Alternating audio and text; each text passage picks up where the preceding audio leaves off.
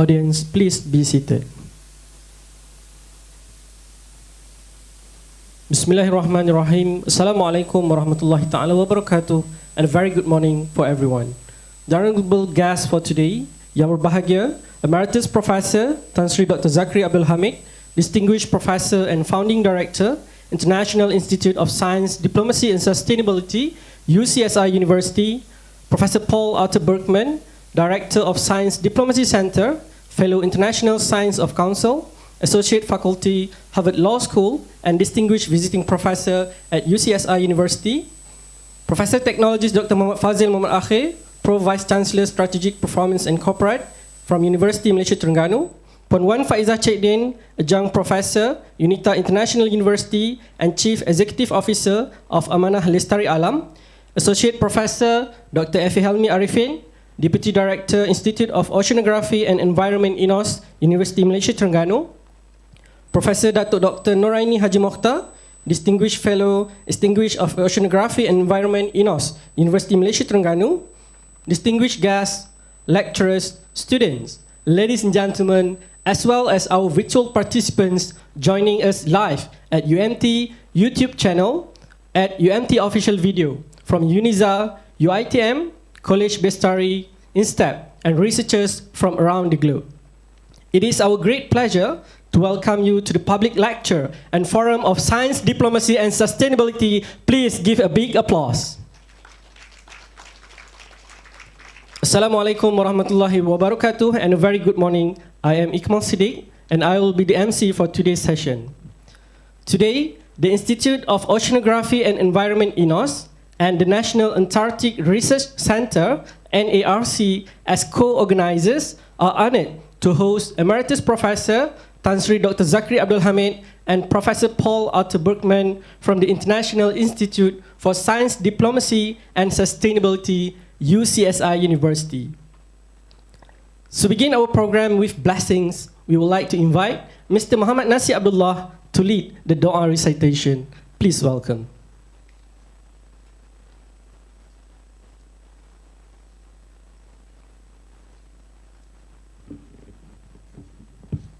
Bismillahirrahmanirrahim. Al-Fatihah. Bismillahirrahmanirrahim. Alhamdulillah.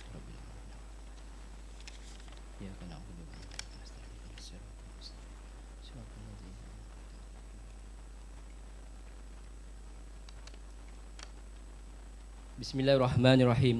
Alhamdulillahi rabbil alamin. Wassalatu wassalamu ala asyrafil anbiya'i wal mursalin wa ala alihi wa sahbihi ajma'in. Segala puji bagimu ya Allah, Tuhan yang memiliki segala ilmu dan kebijaksanaan.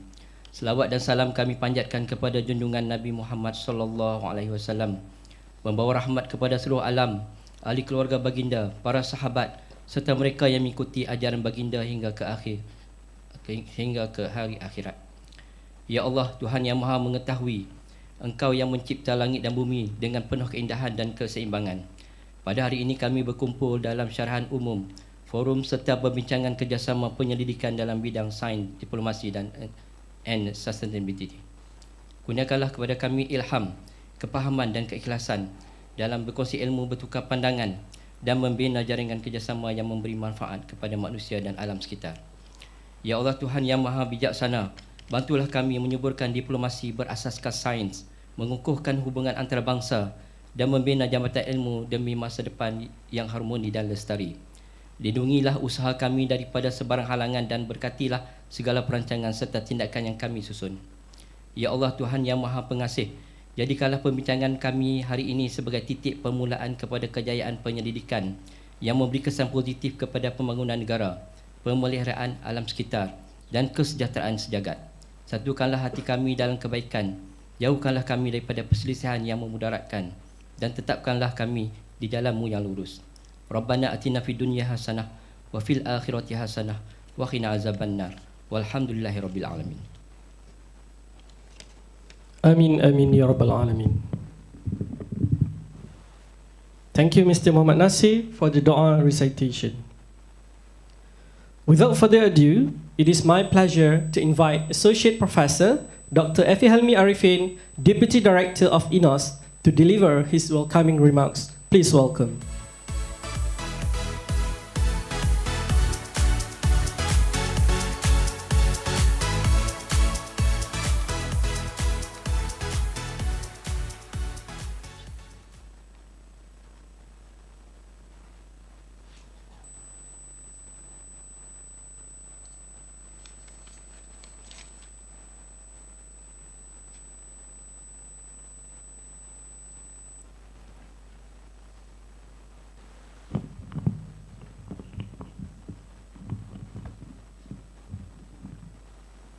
Bismillahirrahmanirrahim. Assalamualaikum warahmatullahi wabarakatuh and very good morning to everyone.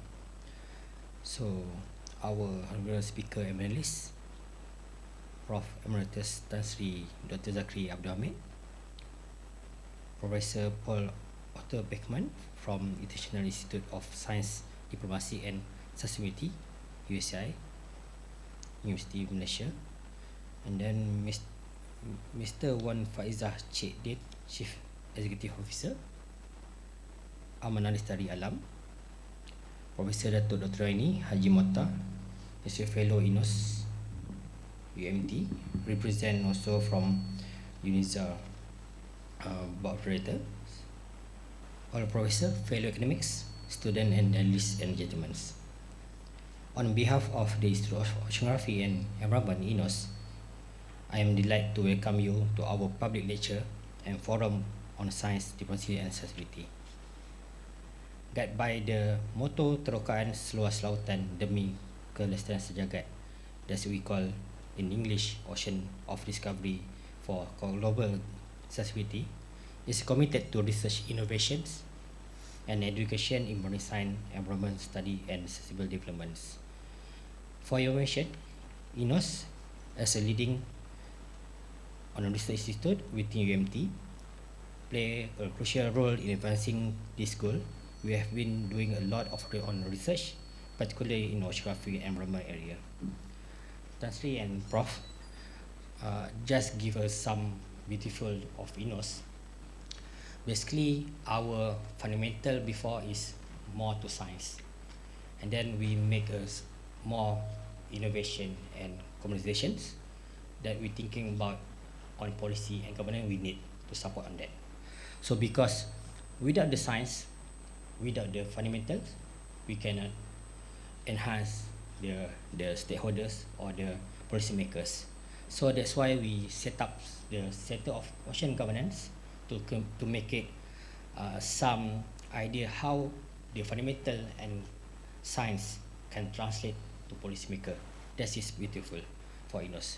But not just stop on that, we also exploring on ocean literacy for educations, for example, for the public awareness, and then for the kids, and also for the secondary schools to leveling on the science, especially on the marine and oceanography.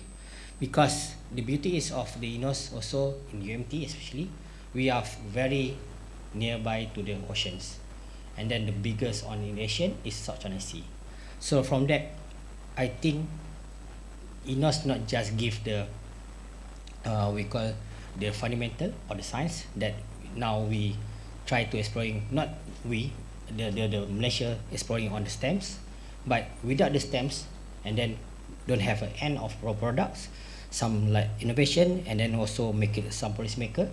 So that's his way how we can translate the achievement on SDG also.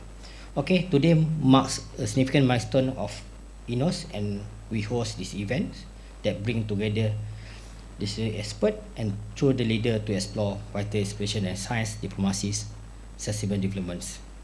And then on this prospect, on this platform, we can get some overview, the other perspective from others, and then bring on that we can bridge together idea, and then maybe the public or the audience can give some questions and then give the suggestions, and it can make use very scientific collaborations to address sharing challenge with bridge between nation and inform effective policy decision. And then the challenge facing our planet also demand innovative solution that I explained before, and cooperative approach, and this forum provide a crucial platform to discuss how science can inform effective policy and action. So, and then we are honored to have such as an esteemed panel of speaker and participants with us today. We are truly excited to hear from Professor Paul, and then to leading the authority in science diplomacy from the Science Diplomacy Center, USA, and then to delivering the public lecture on science diplomacy and inform decision making for society. And then make it recall this morning when we have a visit from our Vice Chancellor.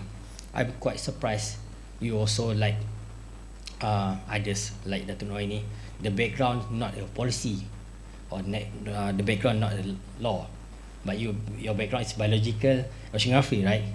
So from that, the fundamental can translate to everyone, and then to enhance on the policy how we can conserve our marine and how we can conserve the oceans.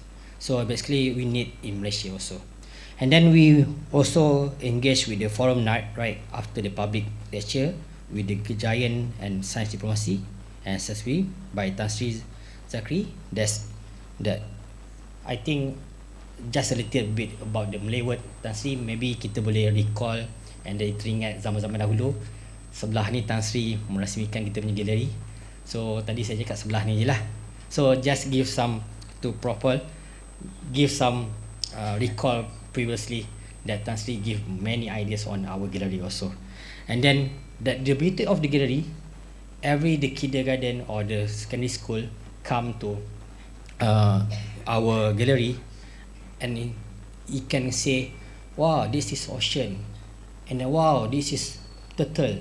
And then I think the science officer in INOS every time make a joke, which one the turtle is turtle man or woman, something like that. And then every say, yeah, woman, because have a we call it the egg, something like that. But it's wrong. Without the ideology on the turtle taxonomy, we cannot conserve very well on turtle actually, because now the turtle is very we call the asset for Terengganu, how we can make it the ocean literacy. And then thank you to Madam Wan Faiza also to cooperate well and our in-house negotiated by Prof. TS Dr. Muhammad Fazil Ahi and Professor Datuk Nuraini Haji Mukhtar, and then welcome to our institute also. And then we hope today public lecture and forum will be productive and inspiring. Let us to this opportunity to learn from each other, forge new partnerships, and strengthen our commitment and to serve our future. So thank you, and let's the international feast begin. Thank you very much.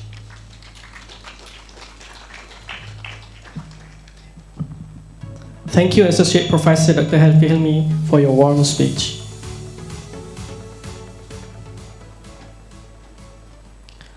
Ladies and gentlemen, we now move on to our keynote session, the public lecture on science, diplomacy, and sustainability. It is an honor to introduce our distinguished speaker, Professor Paul Arthur Berkman, a pioneer in the field of science diplomacy with extensive experience in polar research in both the Arctic and Antarctic. He is also a distinguished visiting professor at UCSI. Please welcome Professor Paul Arthur Berkman. Please give a big applause. Professor, the floor is yours. Thank you very much. Hello, University of Malaysia Terengganu. It's an honor as well as pleasure. Salamat pagi. I will take you on a journey. I would first like to thank my dear friend Tan Sri Zakri and friend Wan Faize for their collaboration and a very enjoyable as well as productive time in Malaysia, as well as Dato' Noraini for her kindness and generous invitation to Terengganu as well. What I'd like to do in the time allotted is share a journey with you about the world we live in. The context of science diplomacy is relatively new. And we have perhaps slides? Yeah, so let's see, so what I'd like to do is share as much a personal journey as it is about science diplomacy. As a science diplomat, I'm both a researcher, asking questions, using methods, creating data, and I'm a participant in the process of decision making, different types of decision making about governance mechanisms as well as built infrastructure. Good?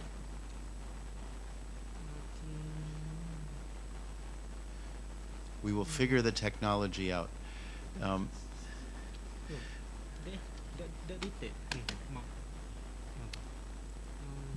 So my comments are intended especially for the next generation. My journey began when I was 22 years old, scuba diving under the ice in Antarctica. And as a wide-eyed, interested young person, going to Antarctica was like stepping off the earth. I had the opportunity to look at the world we live in from a great distance. And through the years have been asking questions, not looking specifically at any one answer, but learning to ask questions. And one of the questions is the world we live in. If we think about the entire planet, the Earth, and all of the nations on Earth, about 30% of the Earth's surface falls within the boundaries of nations. That 30% of the Earth collectively can be represented in terms of national interests. After the Second World War, regions were explicitly identified beyond national jurisdictions in terms of common interests, international spaces, the high seas, Antarctica, the deep sea, and outer space. So it's truly an honor as well as pleasure to return to an oceanographic institution and to think in terms of the value of the ocean. Most of our world is water. The planet itself is special because of water. When we think about climate, we go from a glacial period to an interglacial period. It's because of water, going from liquid to gas to solid and back. The water on Earth is what makes this planet special. We are mostly water. And so if we think about the Earth as a whole, 30% falling within the boundaries of nations, and 70% falling beyond the boundaries of nations. Our challenge as a civilization, a globally interconnected civilization, now and forever, is one of balancing national interests and common interests. This is our shared journey. This is our shared responsibility. And not one person, not one nation, all 8 billion of us on Earth have responsibility to protect the planet, the lives, the geology, the chemistry, the biology, the physics of the planet that we live in. And so this is a journey about how to think about this relationship between national interests and common interests. What is meant by common interests? Let's see if I push the right button. Oh, there. If we think about the time, so we have the context of space, the Earth as a system. If we think about time and we use the 20th century, we could see at the beginning of the 20th century we had animosity among nations, the context of world wars. These weren't regional wars, they weren't continental wars, they were world wars on an entire planet. And it was largely created by nationalism. And so one of the challenges we face today is we're have moved into another period of nationalism. The challenges are to understand the history of what happened in the 20th century and to avoid another period of global conflict.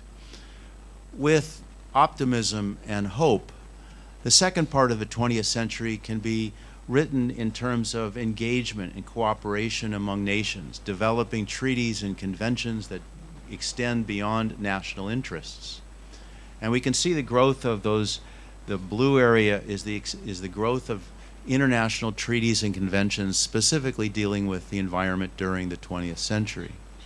During the 20th century, humankind created regions that were beyond national jurisdiction.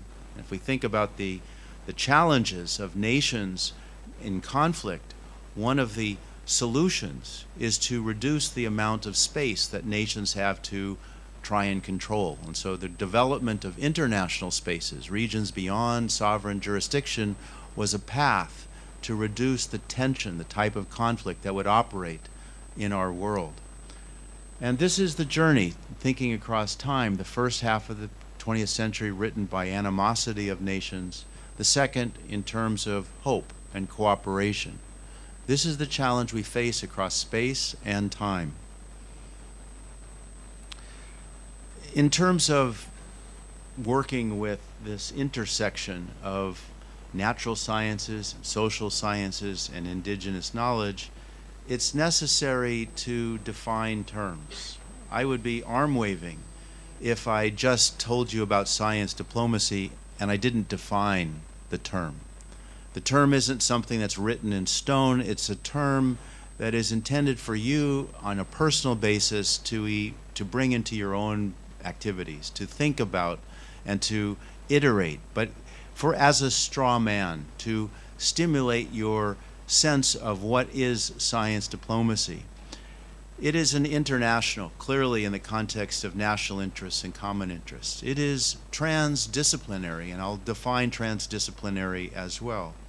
And most difficult, for sure, is it is an inclusive process. It's a process. And so part of thinking about science diplomacy is to understand what this process is and how it operates. It involves informed decision-making, and I will define what informed decision-making is. Ultimately, to balance national interests and common interests for the benefit of all on Earth across generations. I didn't say all humans. It's all on Earth. We have a challenge in terms of our capacity to build as well as destroy, to balance and protect the welfare of all on Earth. Certainly our civilization, our nations, our cultures, but also the geology, the chemistry, the biology, the physics, which we learn in places like UMT in terms of studying the ocean. So one of the features of thinking about terms like science diplomacy is that unless they are defined, they become jargon. The risk of terms being abused and misappropriated for special interests is real unless the terms are well defined. So the purpose of this discussion, and I would invite questions, if any point in my sharing of observations you have a question, please ask. I won't be offended. I would be delighted to answer questions. Ultimately, science diplomacy itself is a language. It's a language of hope.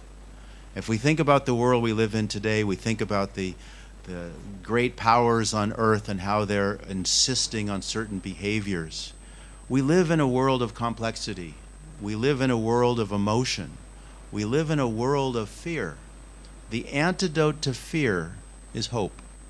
Science diplomacy is intended to provide and build a language of hope which all 8 billion of us on Earth can bring into our personal lives, into our families, into our schools, into our businesses, and into our interactions with each other. In terms of science, so again, thinking about terms, science. What is science? Often science is considered in terms of the natural sciences. We certainly learn that in institutions of biology, chemistry, physics, biology. And we think of it in terms of a method. We think of it in terms of experiments and controls. We think of it in terms of hypotheses with the natural sciences.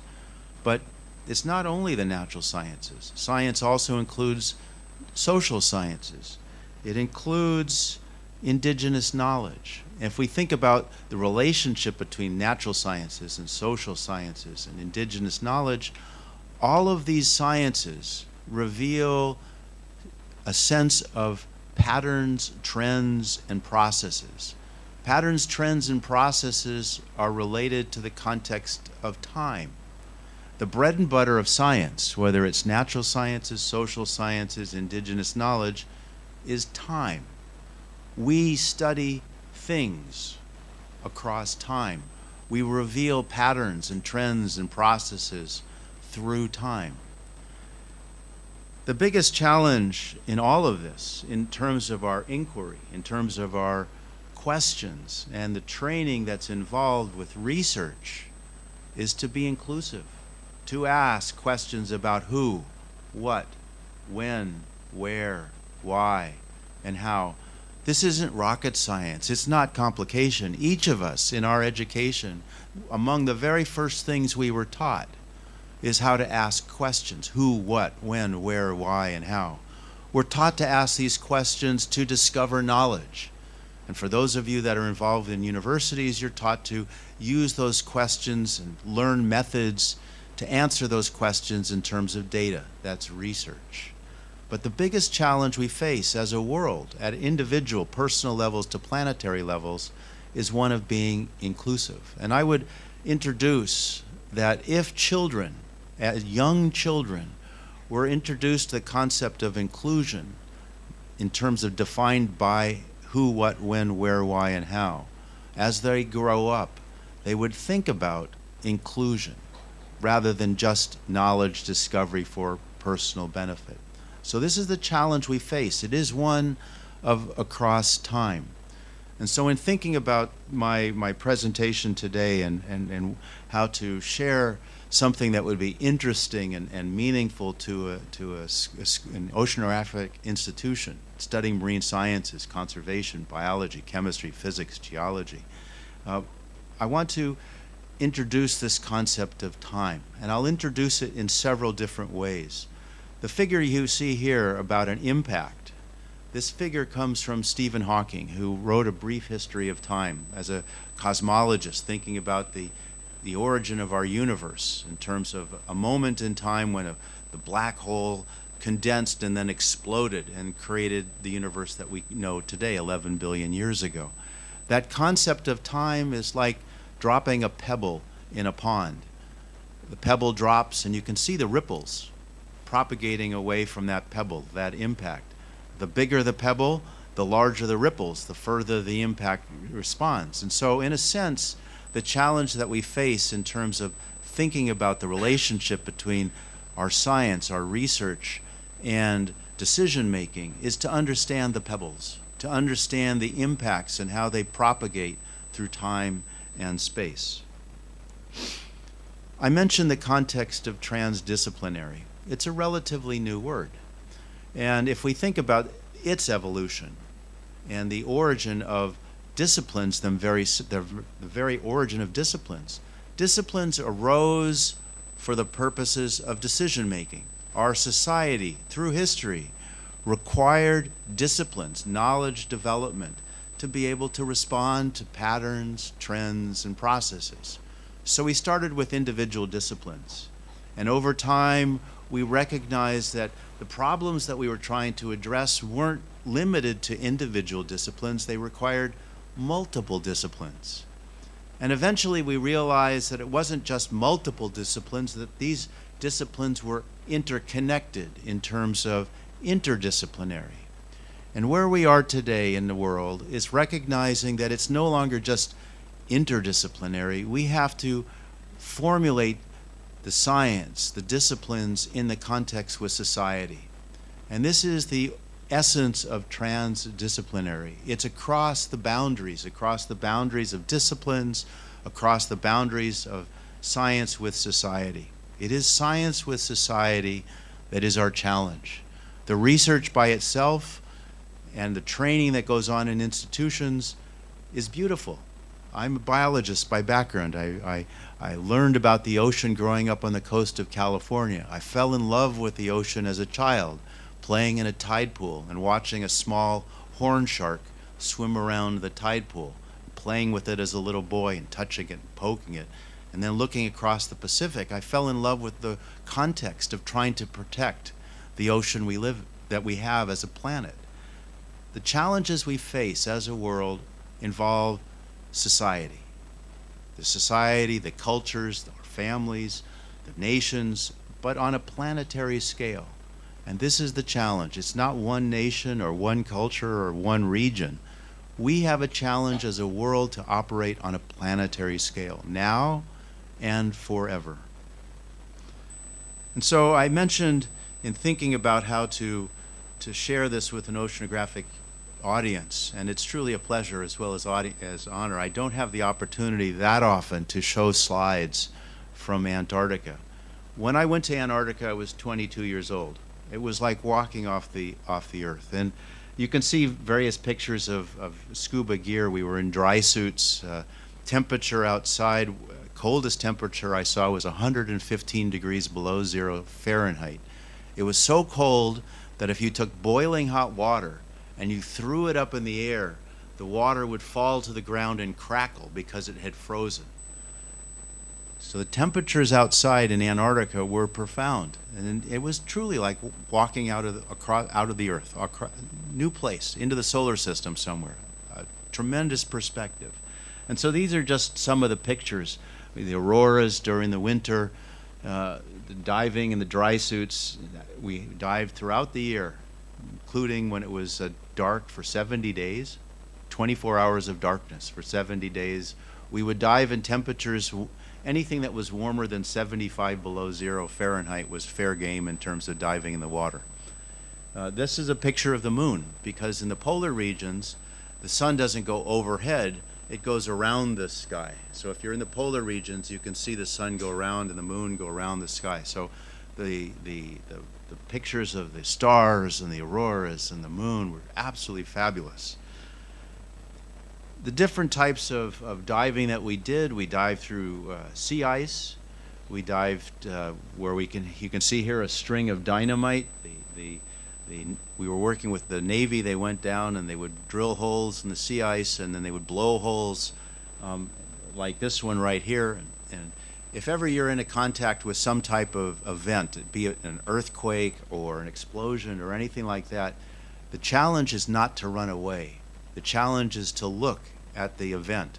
And so we were told, for example, when they would blow the hole in the ice to create the dive hole, not to run away, because there was a chance we'd get hit in the back of the head by a piece of ice that was coming toward us. And so we would stand and watch the ice, and if there was some coming toward us, we would just move out of the way. We also dived through holes that we would chop through the ice with breaker bars, and we had ROVs that we used under the water. And this is what it looks like on the bottom. I'm a benthic biologist by background. That was my origin. So I started studying the sea floor, and we can see lots of things. This big animal in the middle is a tunicate. So a tunicate is a primitive chordate, and it's about a foot in dimension. That is a picture of the scallop, the Adamusium colbecki, which I did my dissertation on, that lives about a century. And you have polychaetes and sponges and other animals. You have brittle stars. And I remember once coming down on the seafloor, and the bottom was covered. I don't think I have a picture. Maybe I have a picture of it. No, but the bottom was covered with sea stars, or these brittle stars, and they came down, and the pressure, I guess, from our diving toward the bottom started a stampede, and these brittle stars were pushing themselves in thousands across the seafloor. This is a picture of a type of rosellid sponge. The sponge itself lives about 300 years old. It's made out of silicon, so it's effectively a glass sponge. The types of fish they have down here, there are fish without hemoglobin. There are fish that have, in fact, the ability to transfer oxygen across their membranes so that they can circulate the blood. They have an antifreeze in their blood, so if you take these fish out of the water and you touch them to the surface of the ice, it's like heated glycol that suddenly aggeles into a single mass of fish. And what you see here are the bottom are the scallops.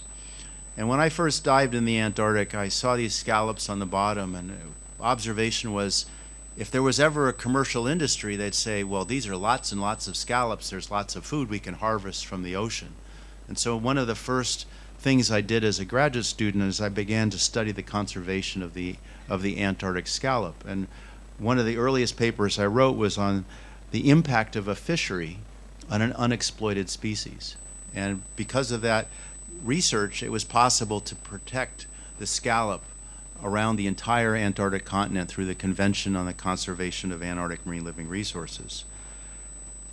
The questions that we ask are important, and the training that comes from institutions, wherever the institutions are, gives us the ability to formulate questions and to think about the methods that are available to answer the questions.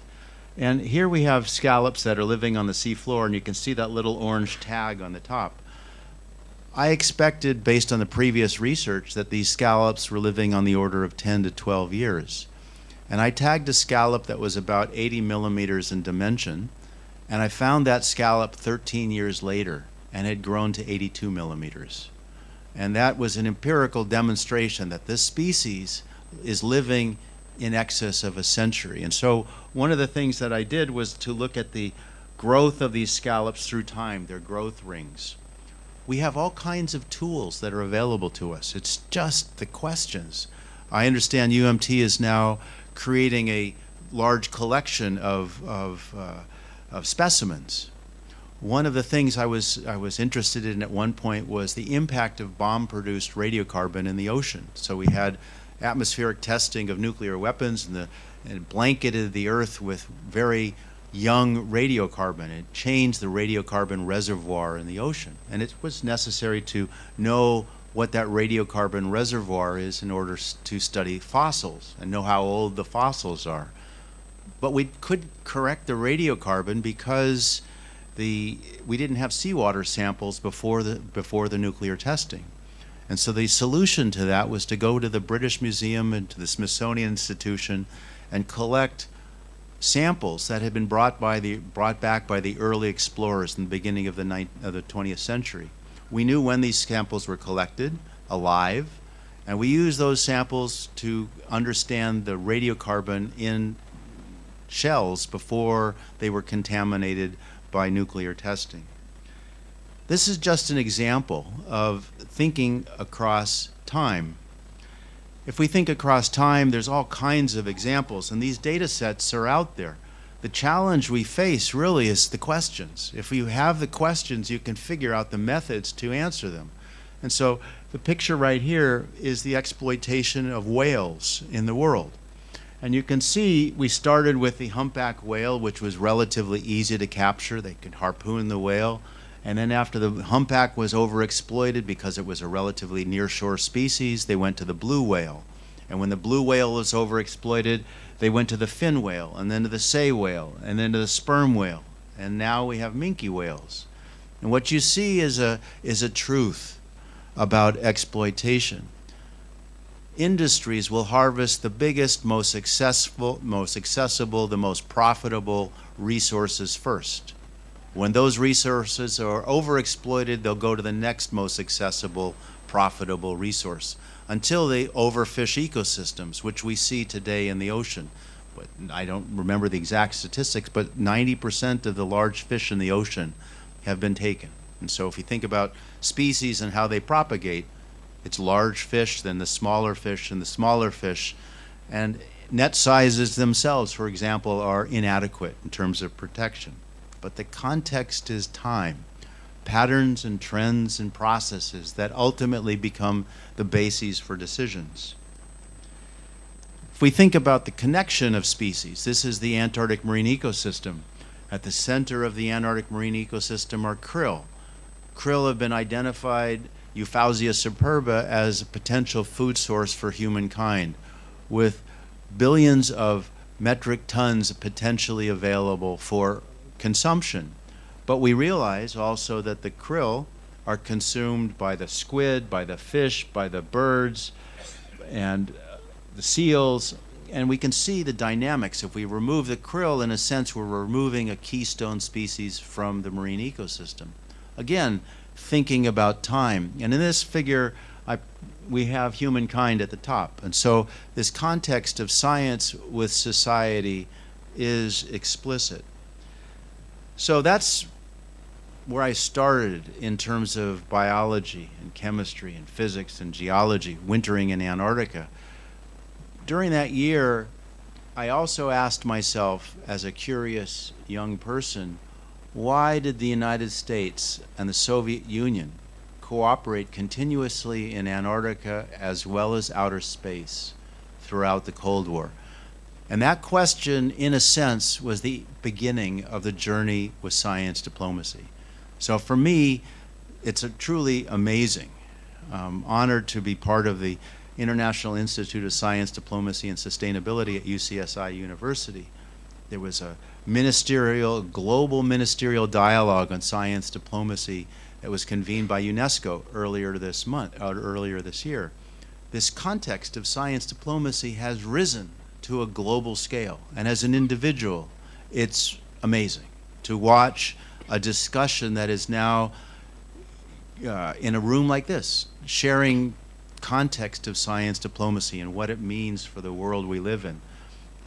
Its origin, at least for me, in 1981 when I wintered in Antarctica, was why did the United States and the Soviet Union cooperate continuously in Antarctica? Throughout the Cold War, in Antarctica as well as outer space, despite the animosities that isolated them everywhere else. And the story, in a sense, goes back to just after the Second World War. We knew after the Second World War that we had nuclear weapons. 2 explosions in Japan during the Second World War demonstrated without ambiguity we had nuclear weapons. Hundreds of thousands of people disappeared in a blink of an eye because of these terrible weapons. We knew that. Dwight D. Eisenhower was the Supreme Allied Commander at the time in Europe. And he understood firsthand the context of World War, animosity among nations. And now we had nuclear weapons. And this is a concept that from Eisenhower's first inaugural speech in 1953, where he talked about a day of freedom and peace for all mankind. That day of freedom and peace, in a sense, became the Antarctic Treaty. And the solution to get there wasn't straightforward. He had to recognize that we had the potential in the 1950s. It wasn't yet developed, but we knew that we had rockets, and we knew that we had nuclear weapons. And the combination of rockets with nuclear weapons hadn't yet matured, but it was inevitable. At some point, nations would figure out how to create ballistic missiles. And so that began a very interesting dialogue between the United States and the Soviet Union, where science was used as a tool of diplomacy. And that tool of diplomacy emerged because of the Third International Polar Year, which was renamed the International Geophysical Year.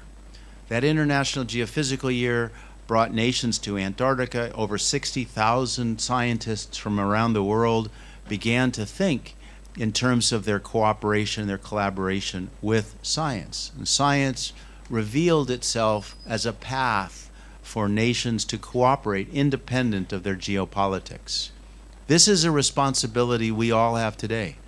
We see great powers jousting with each other because they can. Leaders, because of economics and other reasons, feel that they have the capacity to direct the dynamics of the world. But that's short-time thinking. The challenges we face are forever.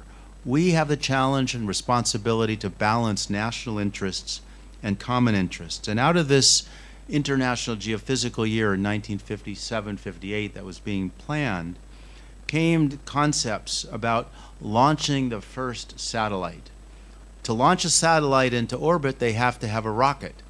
The same rockets that would be used for ballistic missiles would create satellites. And so we have this challenge with science, which we can see in many different cases, which is dual use. One rocket launches a satellite for peaceful purposes. The same rocket launches a ballistic missile for military purposes. And so we have this is the first U.S. space policy.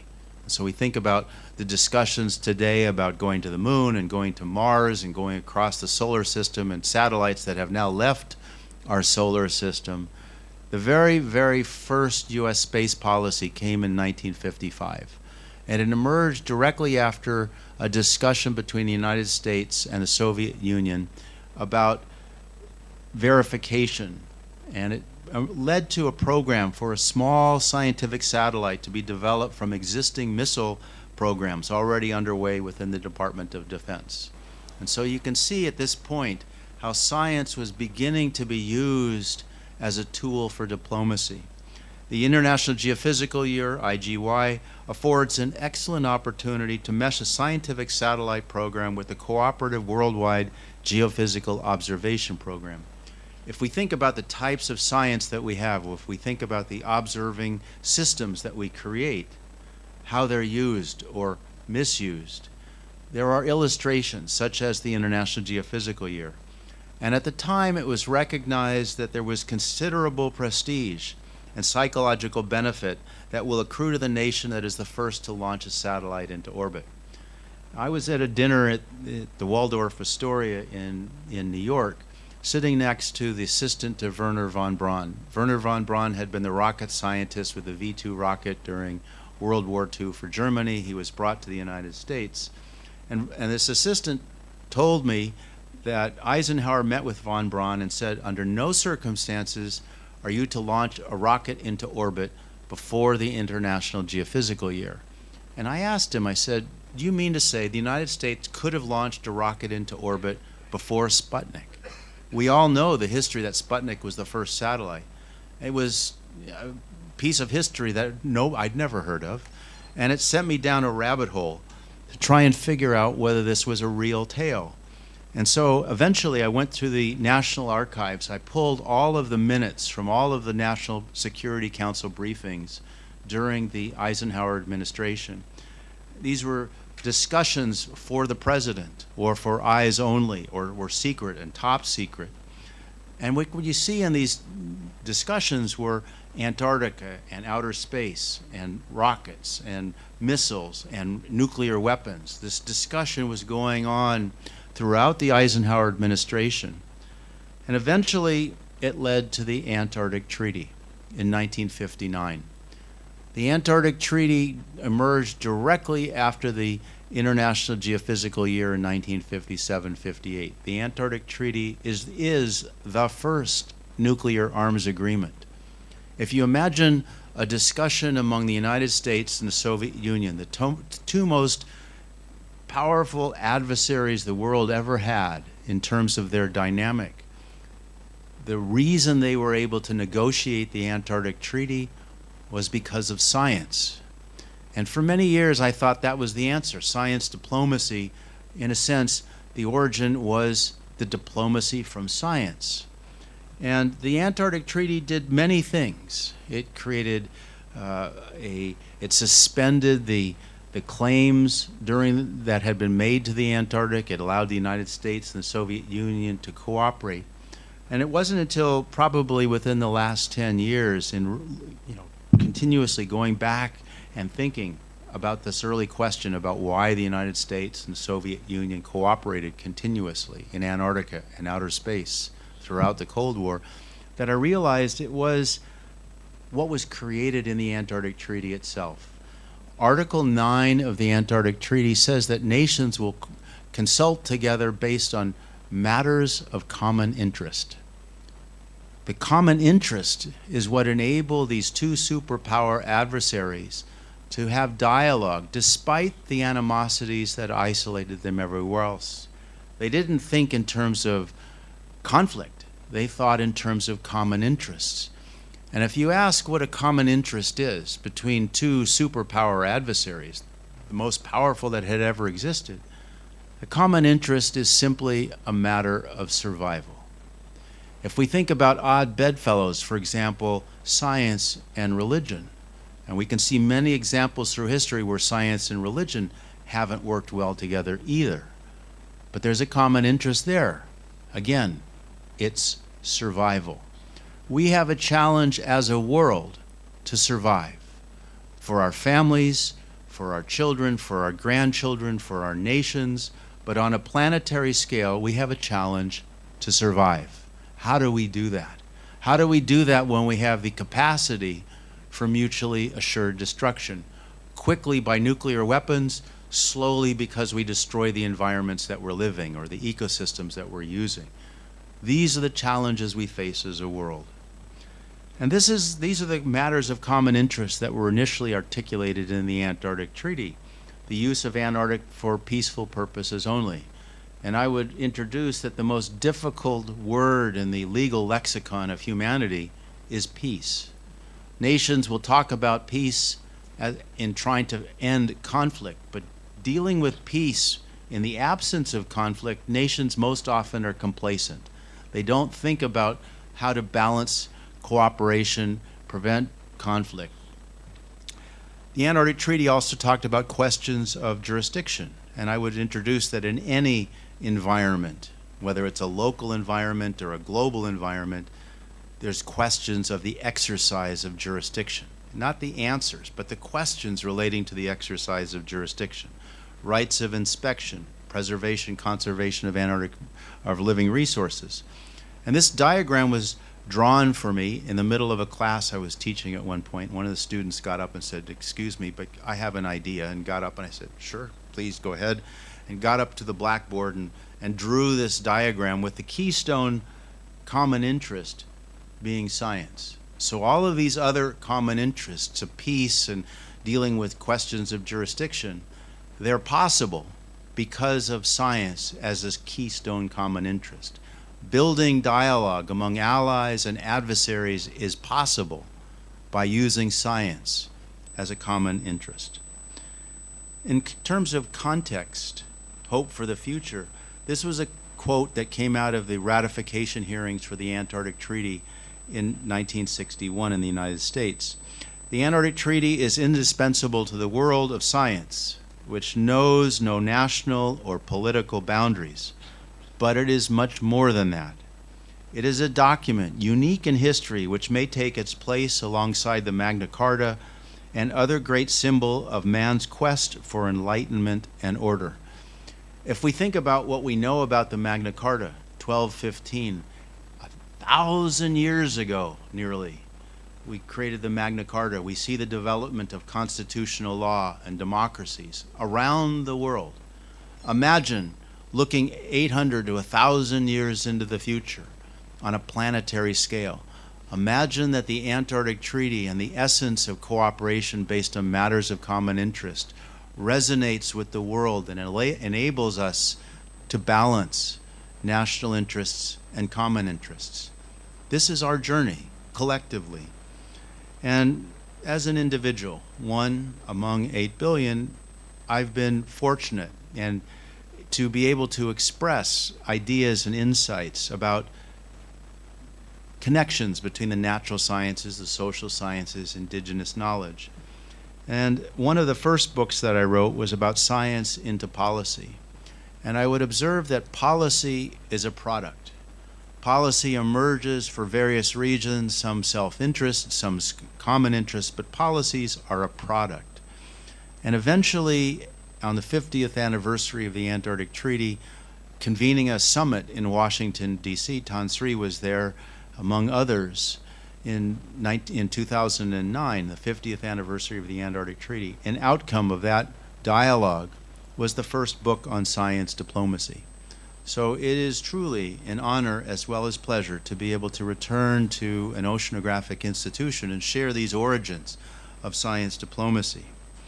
But it's more than that. It was not just an academic dialogue. It wasn't just having a book produced. You know, we get kudos for writing books, and we get promotions and all kinds of good things, and we get grants and other things with publications. But the real challenge is to roll up your sleeves and get into the weeds and try and apply those insights that you generate from your research. And so from the Antarctic Treaty Summit in 2009, in 2010, as an individual, not a decision maker, not a CEO of a company or a politician, just as an individual, it was possible to convene the first formal dialogue between NATO and Russia, based on what I had learned in this journey about thinking about the connections between science and policy, thinking about the origins of the Antarctic Treaty. This dialogue that I convened at the University of Cambridge was convened with MGIMO University in Moscow. Two superpower adversaries, again, NATO and Russia, like oil and water.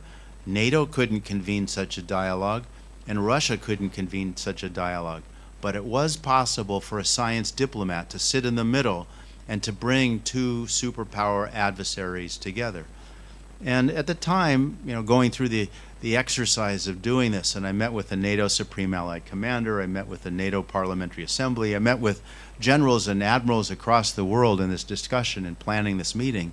I met with ambassadors from Russia, I met with leaders and representatives of the President of the Russian Federation. Across the world, these dialogues were emerging.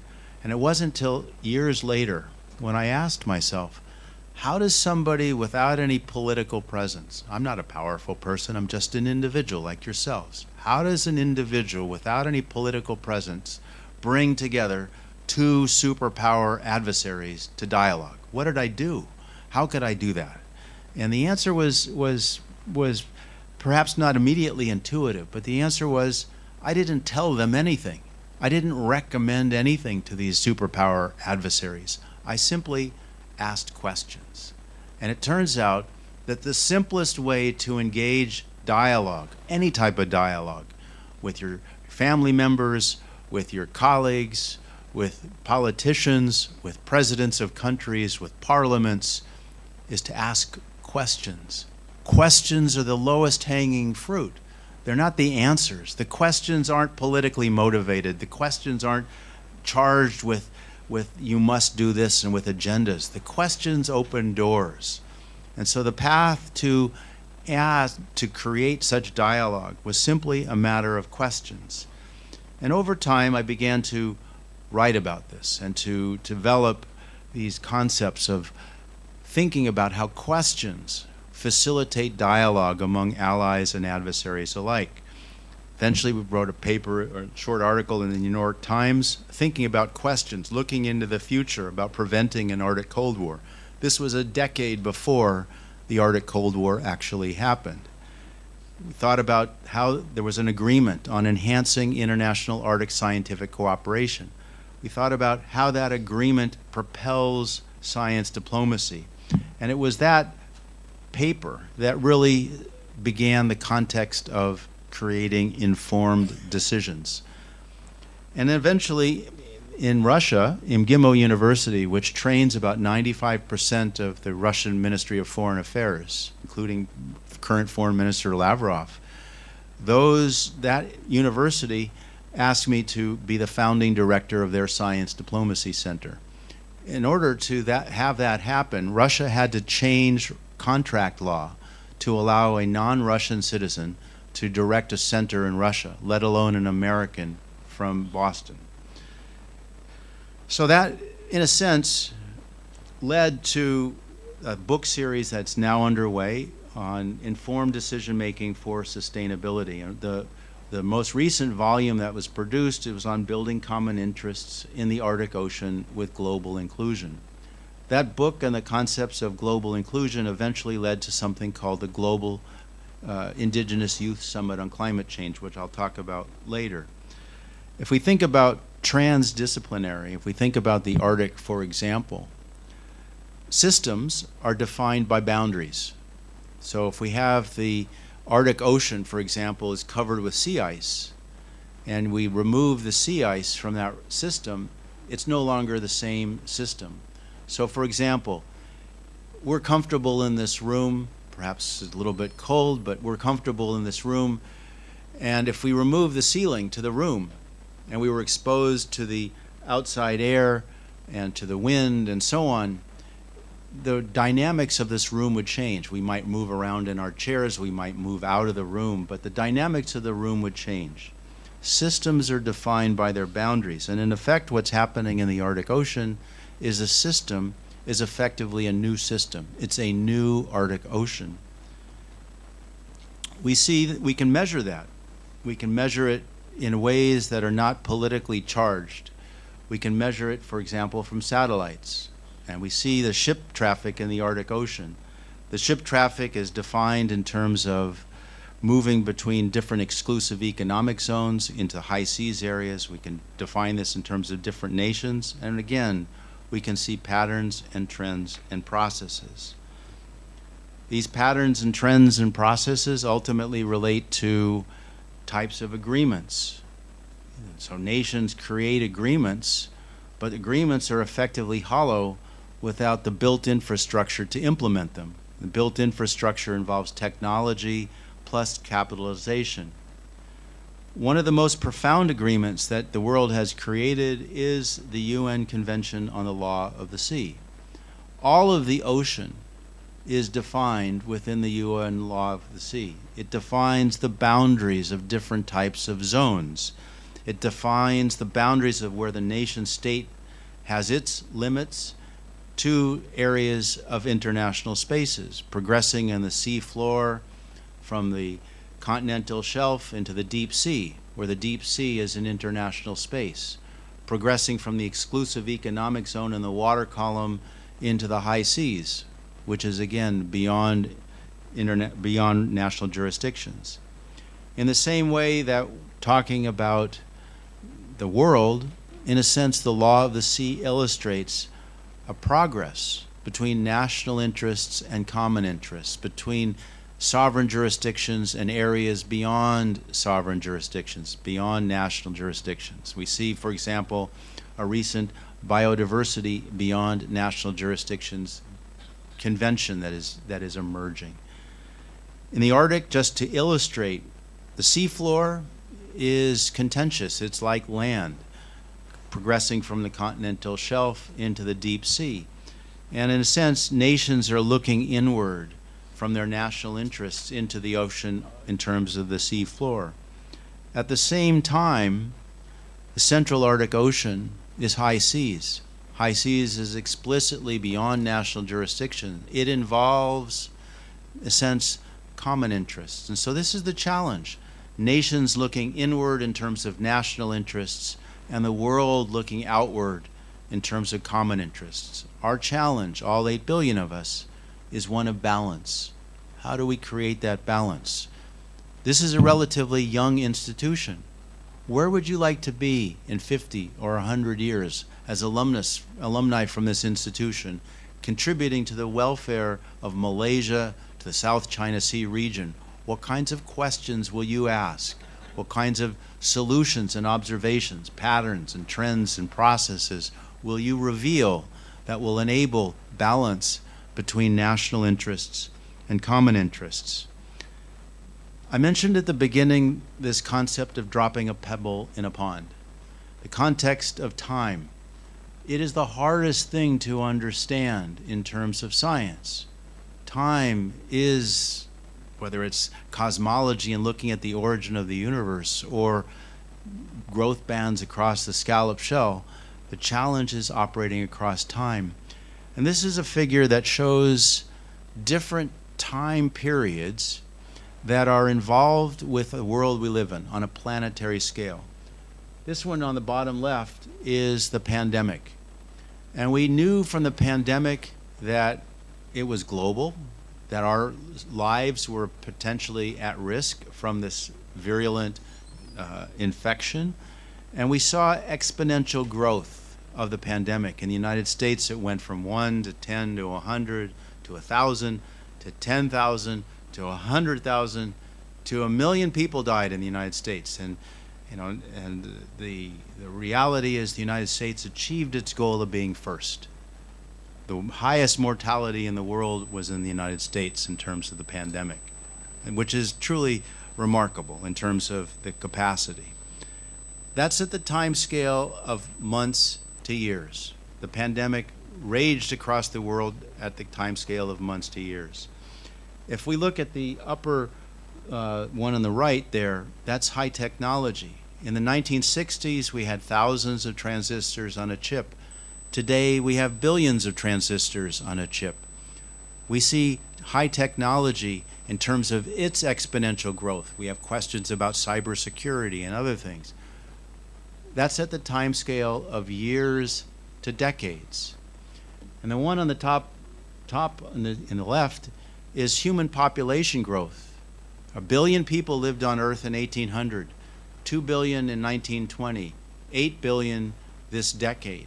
That's exponential growth. And if we think about carbon dioxide in the atmosphere, while correlation doesn't mean causation, the correlation is 100%.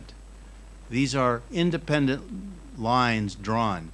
We can see exponential growth of carbon dioxide in the atmosphere. The reality is we as a world have the challenge of operating in terms of decision making in terms of policies, in terms of governance, in terms of built infrastructure at the time scale of months to years, years to decades, and decades to centuries. Simultaneously, we have to think about all of these time scales. That's the challenge. We have to think about time. And the reality is it's not just linear time, it's exponential time. And there's an advantage with exponential change. It doesn't have the limitations of variability about the mean. Standard deviation falls away as an issue with exponential change. We could take the change of the pandemic at the beginning, and we knew that it would be exponential. We knew at some point it would end. And that gives us a type of solution, a solution that is not a matter of prediction. It's not a matter of scenarios. We knew that at some point there would be an inflection on this exponential growth. At some point it would begin to level off. We knew that before the pandemic emerged, that it would rage through the world and at some point it would begin to level off.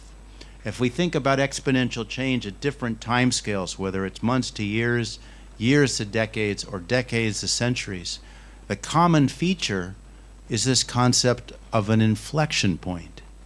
That's where we have the ability to offer insights and to direct the decision making. For example, during the Second World War, in the middle of the war in 1943, the world created the Food and Agriculture Organization. They realized in the middle of the war that at some point the war would end and people would need food.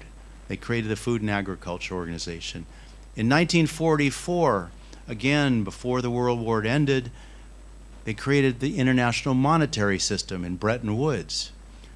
Again, the world knew the war would end. They didn't know when or under what circumstances, but they knew it would end. And they knew that there would need to be economic capacity. They began thinking about it before that inflection point.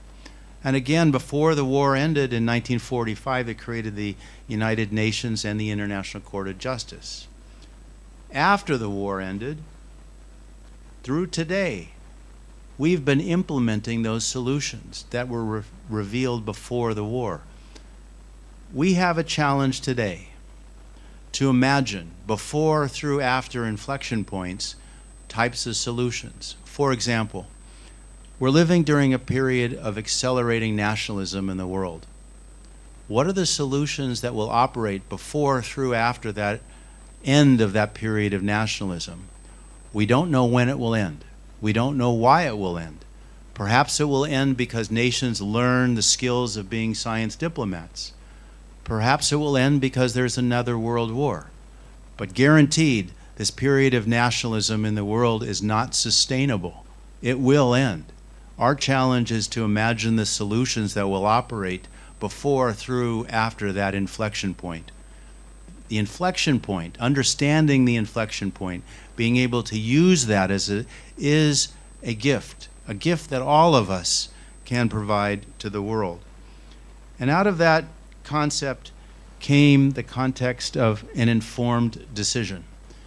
And it's curious, the notion of an informed decision arose during the first Trump administration.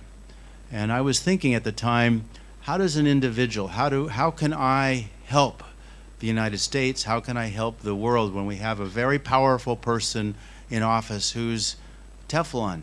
Anything that we do is, he's a convicted felon, he's been impeached twice, and he's still in office. What can we do to change the minds and hearts of the public? And I would argue that the public, any public in a democratic society, expects the people they elect to make informed decisions. But an informed decision by itself has no definition.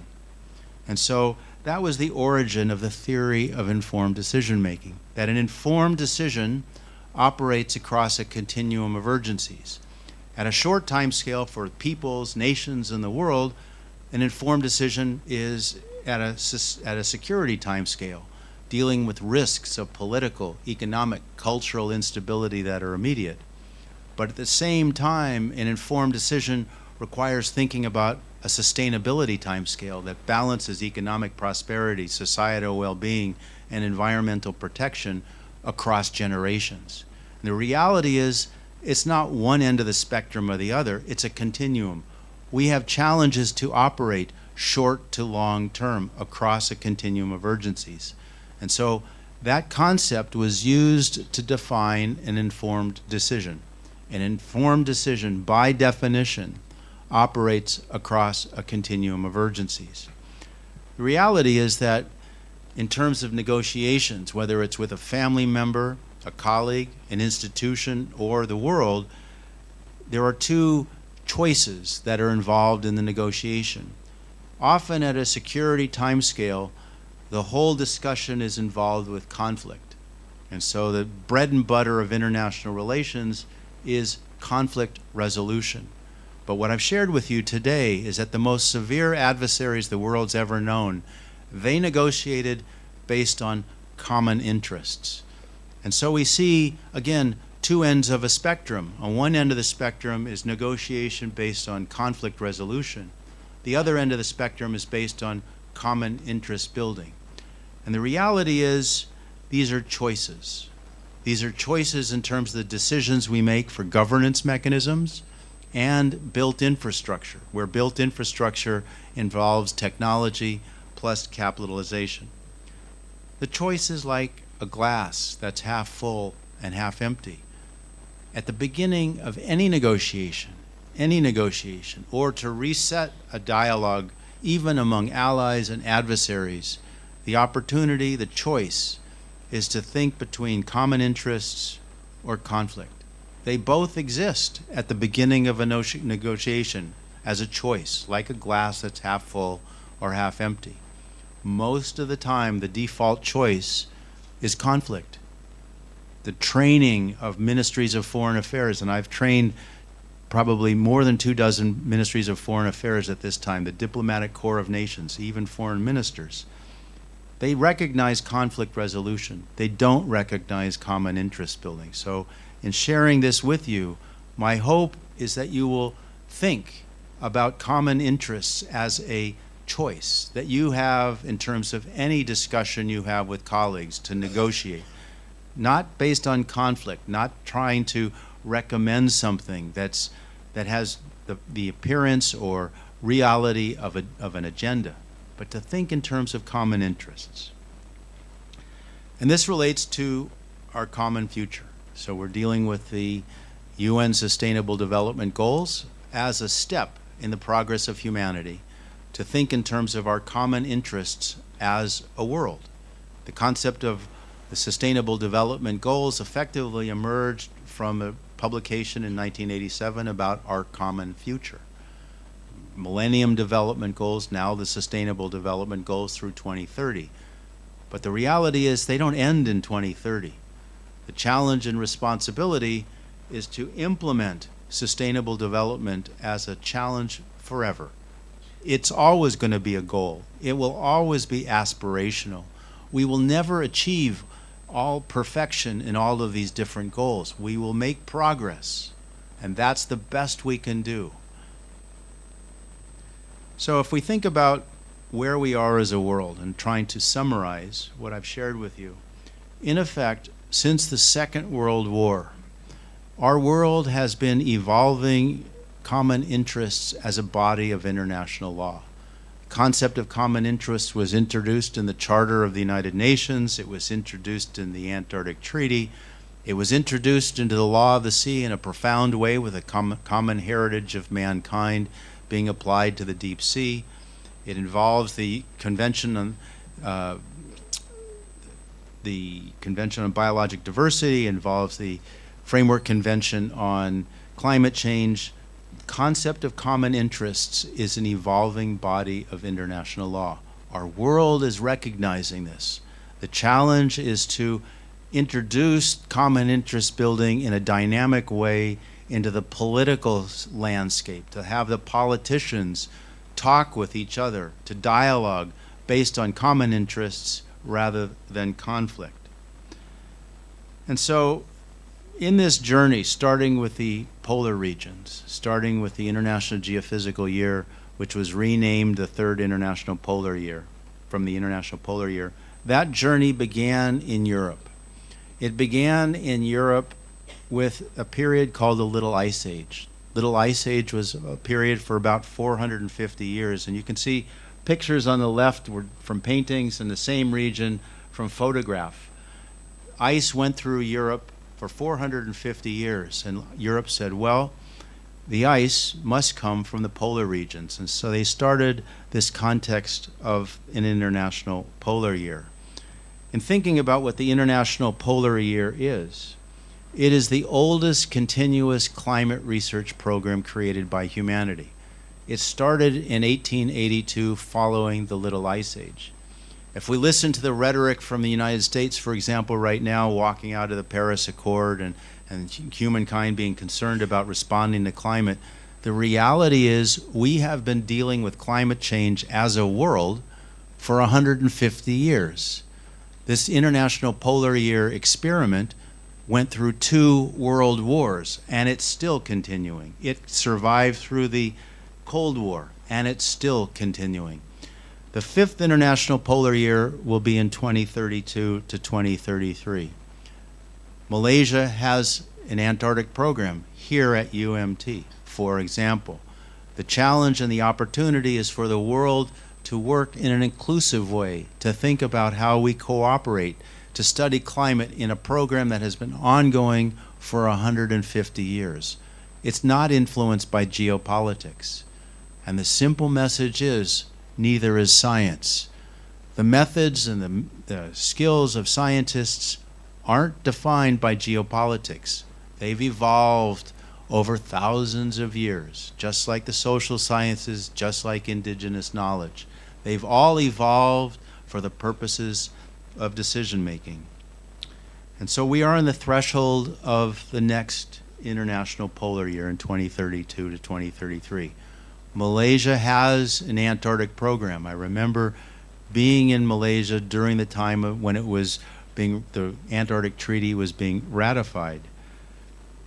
The opportunity exists to think about the 5th International Polar Year in the context of many international dialogues, international decades, for example. And this context is the Earth system. It's the natural sciences, it's the social sciences, and it's indigenous knowledge. If we ask the question, are we making any progress as a world? Are we beginning to make informed decisions that operate further across time? And the answer is yes. We don't see that if we think of it in terms of the immediate dynamics of nations, but we see progress in the world. And an illustration, a quantitative illustration, are the number and the frequency of international decades that began in 1961 to the present. And we can see the frequency of international decades increasing throughout the Cold War and through the years afterward. Our world is beginning to operate short to long term, thinking about challenges on a planetary scale, building common interests. And so, in the way of conclusion, science diplomacy isn't itself the answer. Science diplomacy is a process. The process is the answer. This process is international, it's transdisciplinary, and it's inclusive. It begins with questions. Questions among allies and adversaries. Questions among scientists and politicians. Not the answers. And one of the challenges we face today is this notion that science is somehow being undermined, or communication with science. The reality is that the dialogue often is the scientists, the research community goes out and does the research and somehow magically anticipates that they will hand off the results to the decision makers and they will respond to those observations. And there's a disconnect. The decision makers don't know what to do with the science often. The opportunity is to begin the dialogue at the stage of questions. For example, you have a new program on ocean governance. The opportunity is to bring into this program local and national and international decision makers to sit with the students and have just discussions to form questions. If you can progress to the stage of questions of common concern, you begin a process of common interest building. To answer questions of common concern require methods. Those methods come from the natural sciences, the social sciences, indigenous knowledge. The methods reveal data. Data to answer questions is research. That's what we study. We're all given skills to ask questions and methods and so on. We publish our results. That's research. Data to answer questions is different than evidence for decisions. Data and evidence are different. Data is designed to answer questions with methods. That's research. Evidence is for decisions and involves institutions. Science diplomats, science diplomacy operates across this data to evidence interface. It involves the institutions and the individuals that make decisions. The decisions themselves require more than just the evidence. The decision makers require options. And this is where the diplomacy comes in. If I were to tell you something, I recommend something to you. Let's say I recommend all of this to you. You would say, well, what is his agenda? Why is he recommending this to me? And it would perhaps create a political dynamic. You know, the guy comes from the United States, what's he know about Malaysia? How can he be helpful here? It would be disrespectful and not productive if I recommend anything to you. It would potentially introduce a political dynamic. But I can be helpful by introducing options without advocacy and be explicit that these options you can use or ignore. By saying that, I haven't created an agenda. My interest is simply to be helpful. And in that sense, in the spirit of diplomacy, as a science diplomat, everything I have shared with you is an option. You can use it or ignore it. My interest is to be helpful. How you choose to use that, that's your responsibility as a decision maker, as an individual with your own research, as a representative of a university, as a representative of a nation. Those are your choices. My interest is simply to be helpful. And in that spirit, just as an example, in terms of inclusion, again, not with any great capacity, and I'm neither indigenous nor youth, but it's been my pleasure as well as honor to be the coordinator for the Global Indigenous Youth Summit on Climate Change. Began with Alam and with Tansri Zachary a few years ago in 2023. Between 2023 and 2024, 136 nations representing nearly 290 languages participated in this Global Indigenous Youth Summit. I didn't tell anybody what to do. I certainly didn't tell the Indigenous youth leaders what to do. The growth of this Global Indigenous Youth Summit emerged because it was inclusive. The leadership, even though there were global leads and regional leads, they didn't control anything. They operated with inclusion. My role as a coordinator was simply to introduce the option to operate with inclusion. Inclusion is the most difficult challenge that we face as individuals, as institutions, as families, as a world, to operate with who, what, when, where, why, and how, to operate in terms of common interests. And to develop common interests requires inclusion, to listen, to be interested, to think about time, to reveal the patterns and trends and processes. And so it is truly an honor as well as pleasure to share these observations with you, to think about the world we live in. Into the future, thinking about the world we live in, the challenges extend from national and international as during the 20th century. But in the 21st century, national and international are insufficient.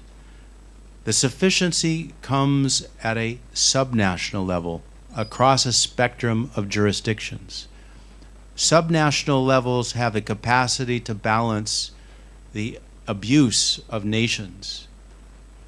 Nations today are the biggest risks we face to the welfare of the world we live in. And so the challenge we face as a world is one of balancing national interests and common interests. And they operate across a spectrum of jurisdictions. And looking into the future, I saw in one of the diagrams for UMT this notion of education and research. The third pillar in that is a choice, an option. I use leadership in terms of the third pillar, but it's triangulation. Education and research by themselves are necessary, but they're not sufficient. The question is, what is the sufficiency? I introduced in this diagram leadership, but there are many other features that you can introduce there, and there are lots of diagrams that recognize the intersections of education and research. In the world we live in today, with infinite and instantaneous access to information, reading, writing, arithmetic are necessary, but they're no longer sufficient. If you ask what the sufficiency is, I would introduce the sufficiency comes with being able to make informed decisions. Decisions to be able to use this vast amount of information to operate short to long term in our own lives, in the lives and welfare of our cultures and our societies. And so in conclusion, language of hope, science diplomacy are the same. The intention of science diplomacy is to create the capacity of humanity now and forever to be able to balance national interests and common interests. And in that sense, with tribute to Jules Verne, who wrote in 1865 From the Earth to the Moon. At the time, it was science fiction. 100 years later, humanity was on the moon. The reality and the inspiration is that if we can think it, we can build it. The challenge is to think it. Thank you very much. Thank you, Professor Brookman, for such insightful presentation. We will now proceed with a short Q&A session. You may direct your question to our speaker for further clarification. There's a mic over there if you have any question.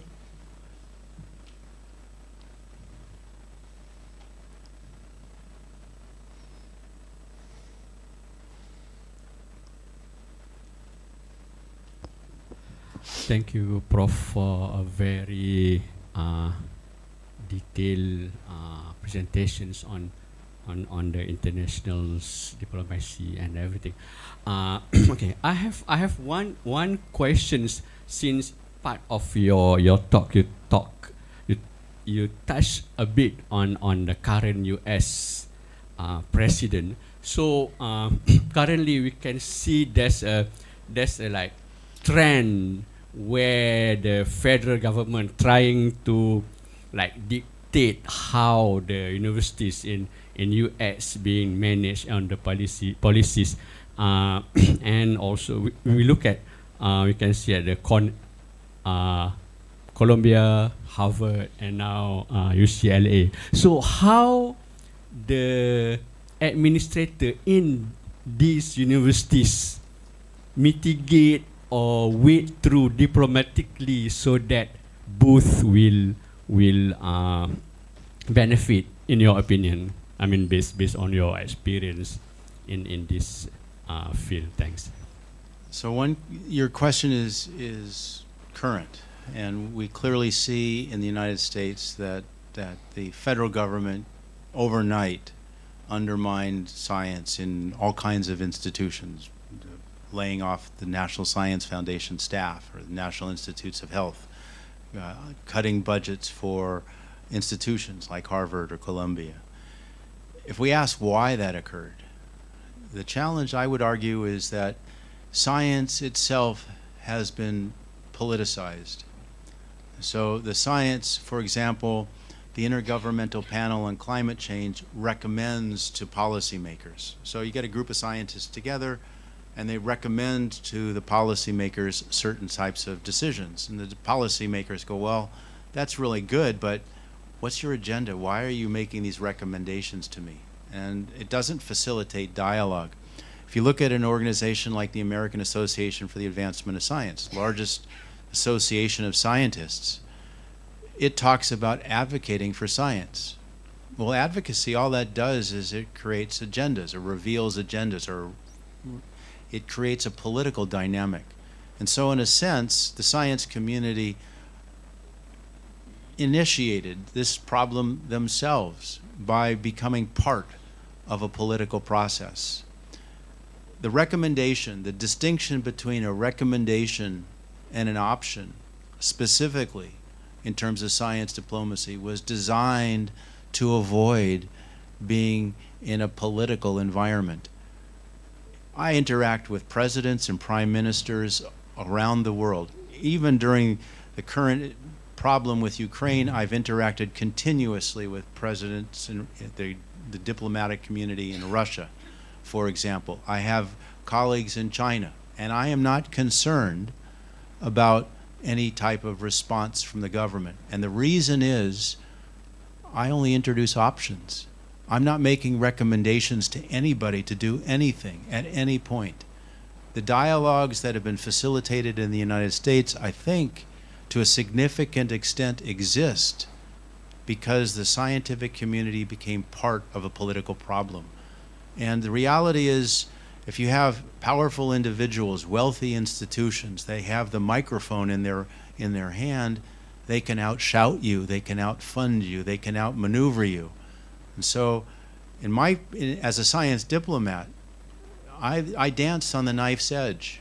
I mean, clearly there's large political powers on either side of me. The winds blow all the time. But I'm safe by being transparent in terms of the activities. I am not concerned about being vocal about the problems that exist in the world because I'm consistent.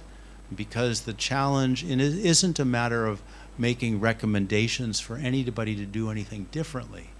It's a matter of simply introducing options. And ultimately, my responsibility is to facilitate dialogues among allies and adversaries. The dialogues that exist in the United States are fought in the court. It's a matter of conflict between these institutions. Are there things that could be more efficient in the United States, for example? We had a Department of Government Efficiency, which I would say was somewhat ruthless in its response. But are there ways that we could be more efficient? Absolutely. Does it require the type of response the United States has currently initiated? Probably not. Are there things that we could do that are more efficient globally in terms of dialogues like with climate? Absolutely. How do we get nations to work together? Certainly not by one nation telling another what they're going to do or one nation telling another what they're not going to do. We create progress by building common interests. And I would say the challenge we face as a world, illustrated by the reactions internally, domestically within the United States and globally in terms of tariffs and other things, is there's a risk that nationalism will create another period of global conflict.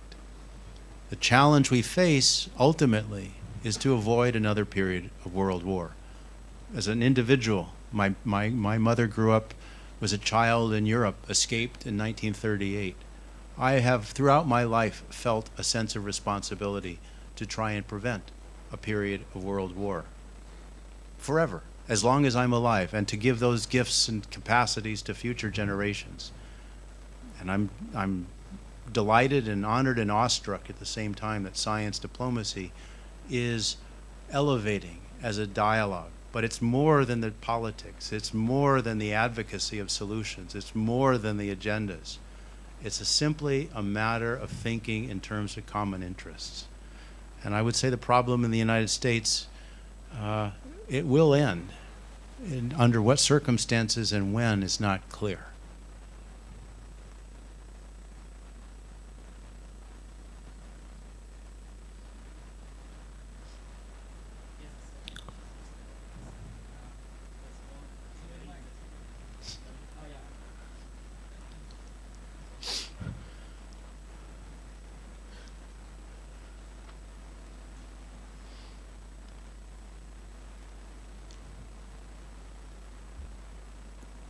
Hi, Propov.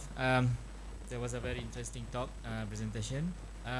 Just a short question, because it seems like the science diplomats are very neutral individuals. But when trying to negotiate between two parties, and you are basically a person somehow originated from one side of the party, how you uh, convince the other party that you are purely transparent, just offering options without having a hidden agenda, providing advantage to your side? Thank you. So the answer is to be inclusive. And in the same way with knowledge discovery, is to frame inclusion in terms of who, what, when, where, why, and how. Often what happens is some of those questions are asked, maybe who and what and where and when. How and why perhaps are ignored. And so people say, you know, there's different sides of an aisle. If individuals are able to sit in the middle and frame questions in terms of who, what, when, where, why, and how, questions, not answers, they can mitigate the type of complications and fear that is being generated by untoward politics of the world today. And so the challenge, in a sense, it's not being so strong that you stand in the middle and hold all the adversaries away. It's simply to welcome everybody into a dialogue by asking who, what, when, where, why, and how. And most of the time, those 6 elements of inclusion aren't included. They may address some of them, but all 6 are required to be inclusive. Science diplomats have the capacity to be brave enough to be in the center of those dialogues and to frame those questions. It's not anything, I mean, I have never been a plenipotentiary of any flavor from a government, so I've never been directed to go operate one way or another, but have been in the middle of giant superpowers in terms of dialogues and, you know, addressing parliaments. I remember being in a room for the NATO Parliamentary Assembly, or no, it was the NATO Maritime Command. It was the heads of 40 navies. There were 2 long rows of 50 admirals, all with their gold epaulets and all their medals and dressed in blue. And at the end of the table, at the other end of this, was a NATO Supreme Allied Commander with his staff. And I was sitting on a raised dais like I am, you know, looking down into this audience, this sea of blue, with an admiral on either side, talking for an hour and a half to this gathering of this NATO Maritime Command. Trillions of dollars of weaponry were involved in under their control. I didn't tell them what to do. I simply framed questions. The ability to do that, you know, if you're brave enough to stand in front of an audience and talk to them, like I'm, you know, it's not to be comfortable in talking with you here, you know, it's simply a matter of looking people into the eye. I have one tool that I've used throughout my life, and perhaps it helped, was I've talked to people by their first names. So, you know, the senator, hello, John. When I met the NATO Marine Allied Commander, hello, Jim. You know, the ability to talk to people in the first name, it's eye to eye. You talk to people eye to eye by looking at them in the eye and talking in the first name, just like you would a friend or a family member. If you talk to somebody, Your Honor, Your Eminence, you know, they're already elevated above you. It's no longer eye to eye. And so the ability to be brave, in a sense, is just to talk to people, you know, to develop relationships. And that's where the diplomats, any diplomat, the best diplomats, build relationships. You know, whether it's because they enjoy the food of a country or the music of a country or they speak a language of a country, but they create relationships. How do you create relationships? And that's a skill, truly. But it's not a matter of telling anybody what to do. It's simply a matter of talking with them. Yes, please.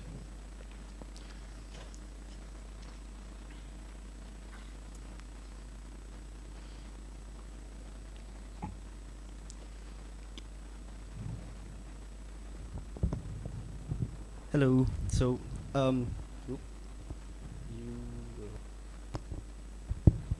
okay, right. So my question would be, so you talk about starting these dialogues, and for the most part, it requires doors to be opened, and I think for most of us, these doors aren't going to be open unless you acquire a certain type of position, and so this creates that imbalance and this exclusivity. With trying to build inclusiveness, how would you or how did you do it, as well as how would you recommend for the most of us, especially for young people or early career people, to have these doors opened and be included? So that's my question. Great question, and the answer is probably more simple than you would have anticipated. As an example, a number of years ago, I convened the first international dialogue on science and technology advice with foreign ministries, and I wanted a group of nations to talk with each other. And what I did was I wrote letters to the foreign ministers of 36 nations and invited them to send mid-level diplomats to a meeting in Vienna. Now, I wrote the letter. I signed the letter. They didn't know who I was from Adam, no idea. But the one feature is I learned that snail mail, a letter, in a world that's consumed with digital messages, is much more significant. It's a diplomatic way of communicating. It may not happen immediately. It took several months for these foreign ministers to respond, but at the end of the day, of the 36 nation foreign ministers I invited, 24 sent representatives to this meeting, mid-level diplomats. And part of it is, I wrote the letter, I signed the letter, but I did this in collaboration, in partnership. So I did this in partnership with the Science and Technology Advisor to the Secretary of State of the United States, for example, who I had met. You have access to people in your institutions who are prominent. With them, in partnership with them, you as an individual can invite dialogue. It's the invitation. And most cases, people are interested to participate. If they're busy, they won't be able to. In some cases, they're arrogant enough that they'll ignore it. But in many cases, people will be responsive because they've been invited. And the people that I've met, the ones that are the real one, the ones that are most, the ones you really want in the room, they're honored to be invited. So if you can facilitate a dialogue, if you have the imagination to define what the dialogue looks like in terms of questions, not answers, not agendas, but questions, the invitation that you make will bear fruit. Okay, thank you, Prof. So that might be the last answer for today. So that last answer concludes the keynote session for today. Give a big round of applause for Professor Bookman for your valuable input and knowledge regarding for today's lectures. If the audience have any more questions, please keep your question for the forum Q&A session. Before we move on to our forum discussion, we're going to take a short break, just about 5 minutes, to give everyone a chance to stretch and to grab some water. We'll resume promptly in 5 minutes. Please be back in the auditorium and ready to join the forum.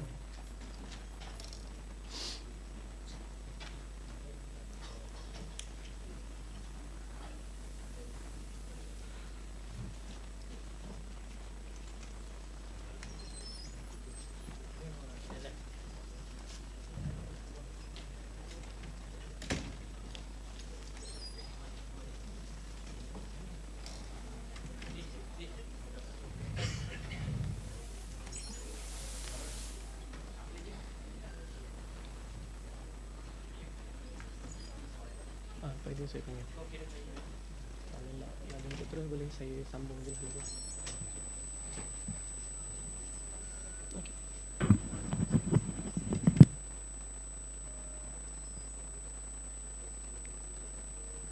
Rata. Okey.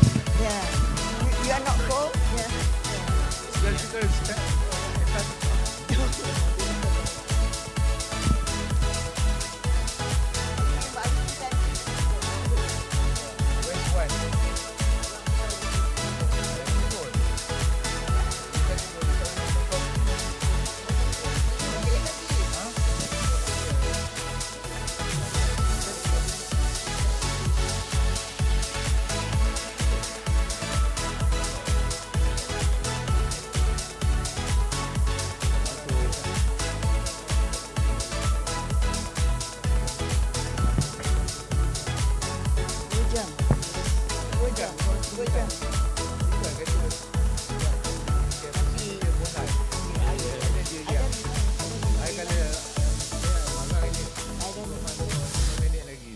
Tan Sri padan lah bawa jauh daripada mereka. Biarlah. Baloi lah. Baloi. Paul, can we just take a... Tak masuk juga. Aduh lah ni. Tolong ambil apa?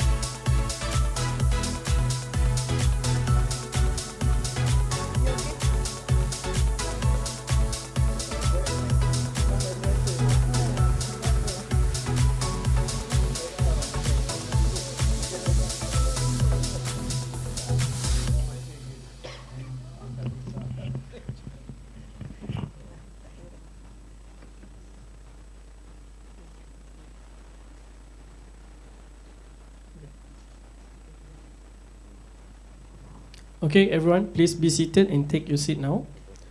We now proceed with our forum on science, diplomacy and sustainability. This session will be moderated by Professor Datuk Dr. Noraini Haji Mokhtar, and we are pleased to introduce our panel members. The first is Emeritus Professor Tan Sri Dr. Zakri Abdul Hamid from UCSI, Professor Paul Arthur Berkman from UCSI, Professor Technologist Dr. Muhammad Fazil Muhammad Akhi from Universiti Malaysia Terengganu, and also Puan Wan Faizah Cik Din from Amanah Lestari Alam. Dato', I now pass the microphone for you to moderate the awaited forum. Please carry on. Bismillahirrahmanirrahim. Assalamualaikum warahmatullahi wabarakatuh.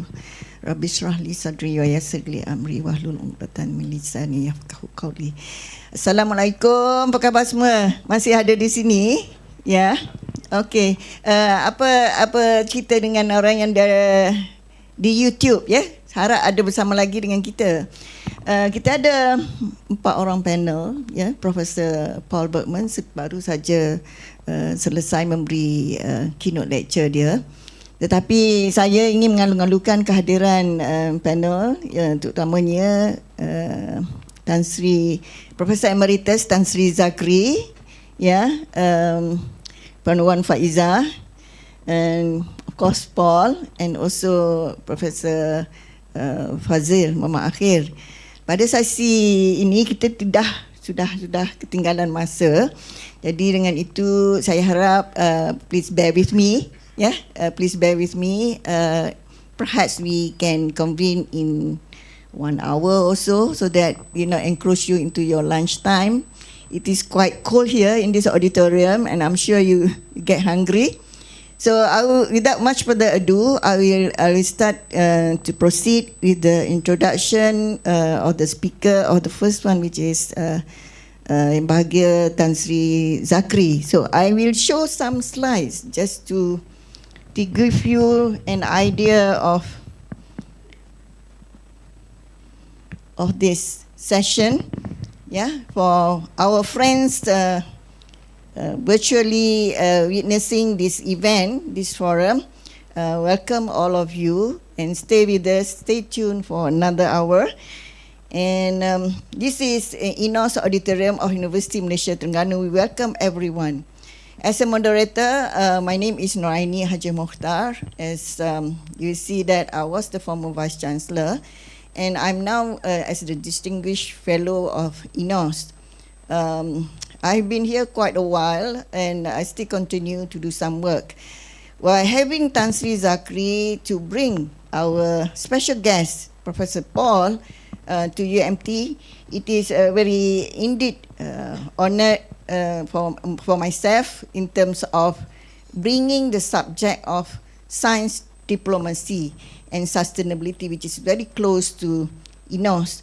So I will introduce Tan Sri. Memang he has a very illustrious career.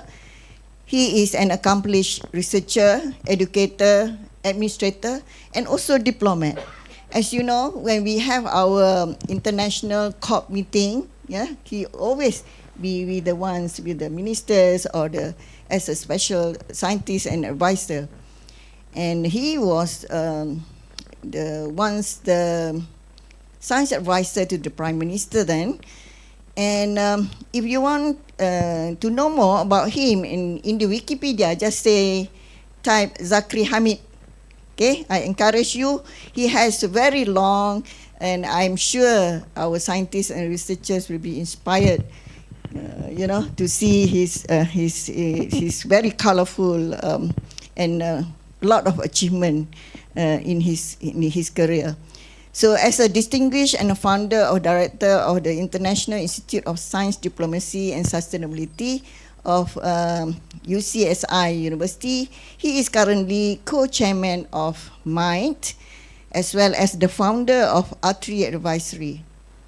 Coincidentally, with Puan Wan here, Tan Sri is instrumental as well in terms of exercising his ideas and thoughts with the Amanah Lestari Alam, yeah, together with Puan Wan as the CEO.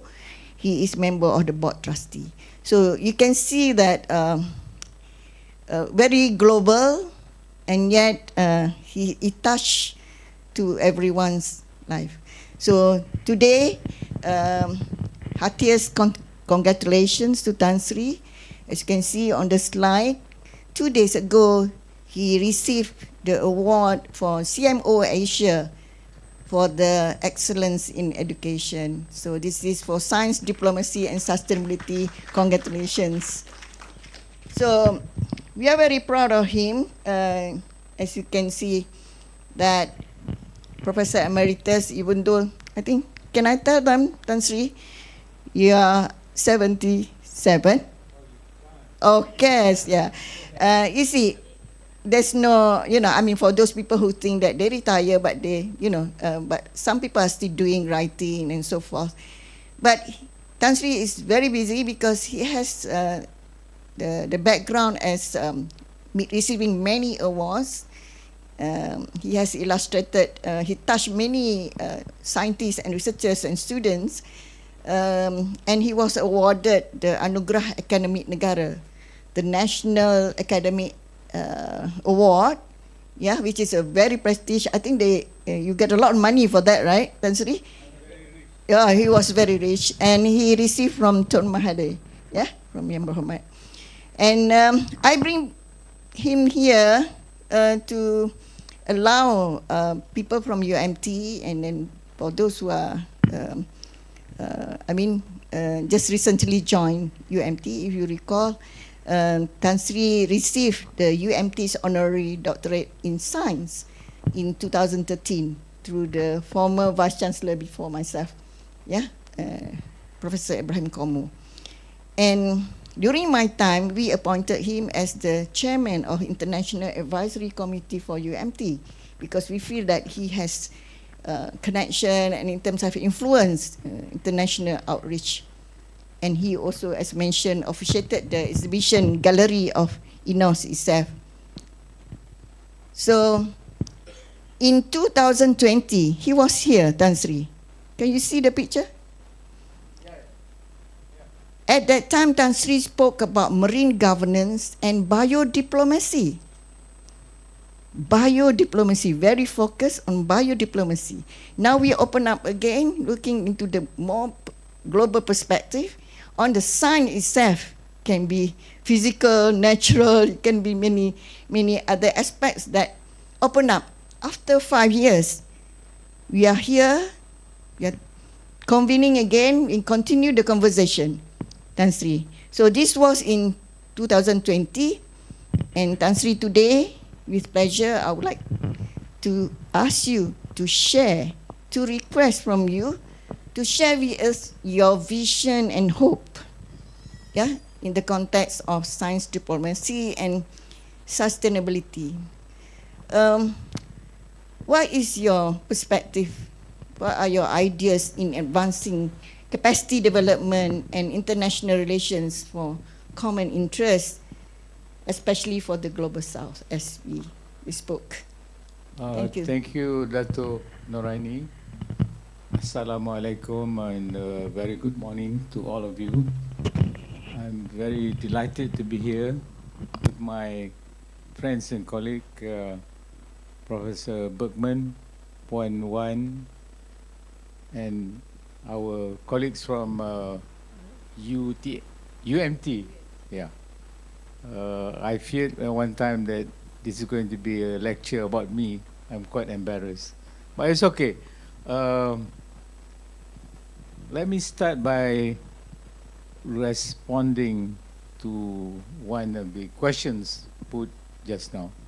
To start with, I think to stay the distance in anything that you do beyond retirement, post-retirement, is to have a passion of what you are doing.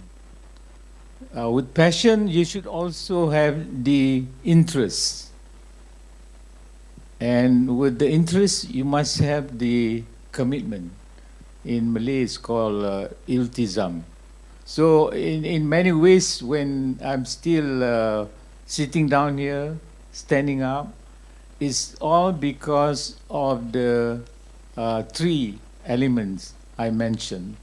So work does not come as a task, but more as a hobby, an interest, a liking.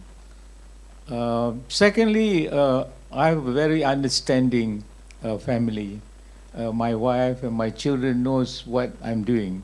So it's not uncommon or unfamiliar for them to see me at my desk, in my study at home, doing my things.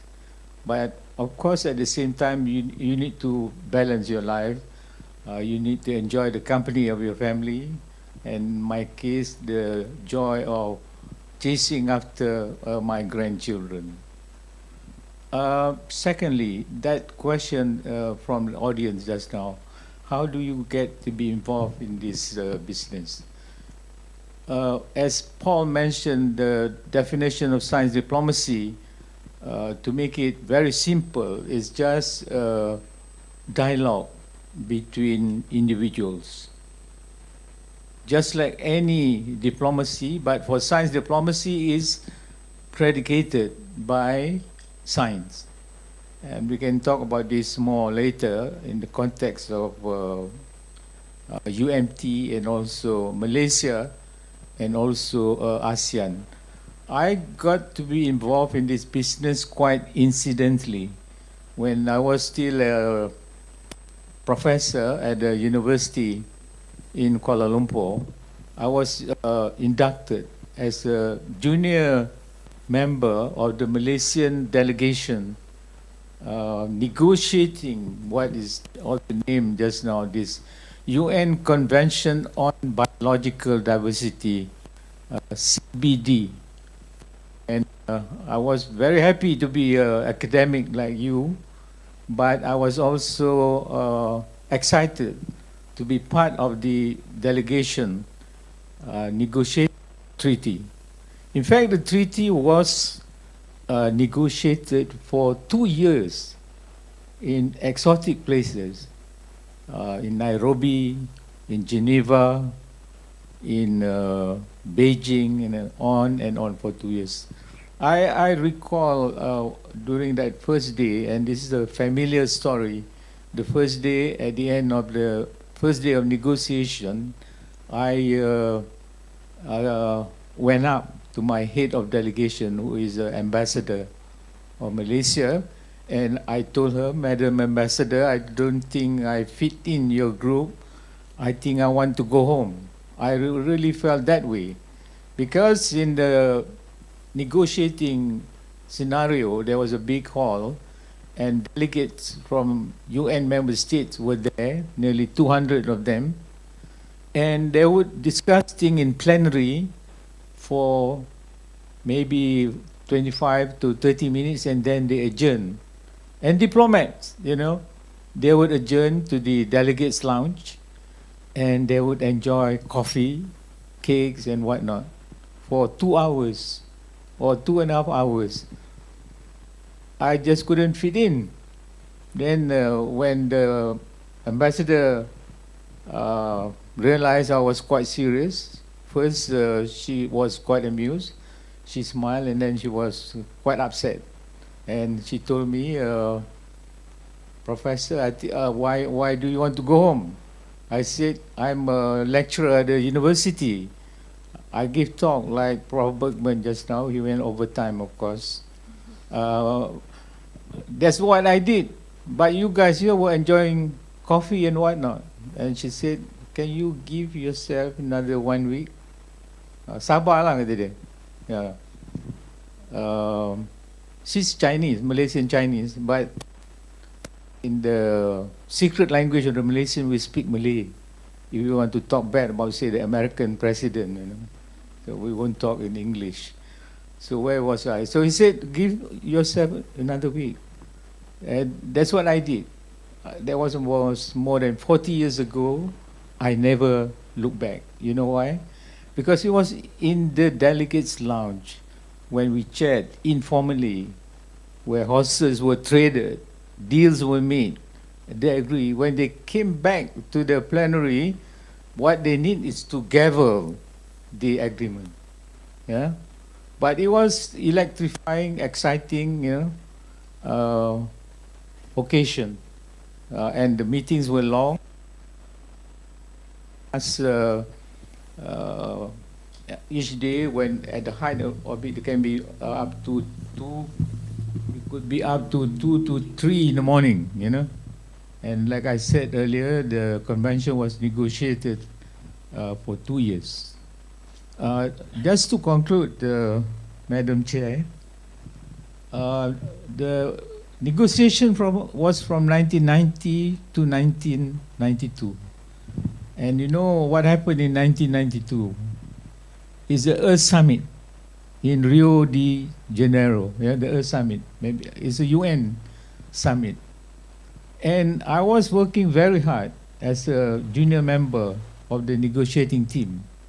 But when the government finalized the list of the delegation to Rio, it was headed by the Prime Minister, ministers, Secretary General. I was the lowest on the totem pole, I was left out. I didn't go to Rio. I've done my job. Yeah. So that's another lessons that you all should know. It's a long process, but here again, patience is very, very important. Maybe I'll stop at that. I can continue afterwards. Thank you. Thank you, Tan Sri, sharing the story. Lessons he had just mentioned to us, to all young people here, talking about future talents, future leaders and potentially scientists that could become, as what Tan Sri is doing now. We believe that some of you already have been exposed, but I can share also some of my experience with the CTI and also some the regional discussion on harmonization of South China Sea. Certain time, people pound their hands on the table, but we call for recess. But as Tan Sri was saying that over coffee, you can talk, make up again, and then we were surprised. I was also young at that time, Tan Sri. Was surprised. Yeah, I'm still young. Thank you. When we go in again, what happened? So over the coffee, they talk, and then, for each country, they have their supporting delegation, and then they go back, and then the meeting went on again, and we can come back to certain conclusion, which sometimes unbelievable. So this is the process. Tan Sri was sharing to us. Be patient is part of the journey and of learning. So talking about young people, I would like to introduce, as part of providing the conduit, future negotiators or future people who's going to chair meetings, right, Tan Sri? Yeah. So we have IUC Westpac, the international body. We have IOC or UNESCO.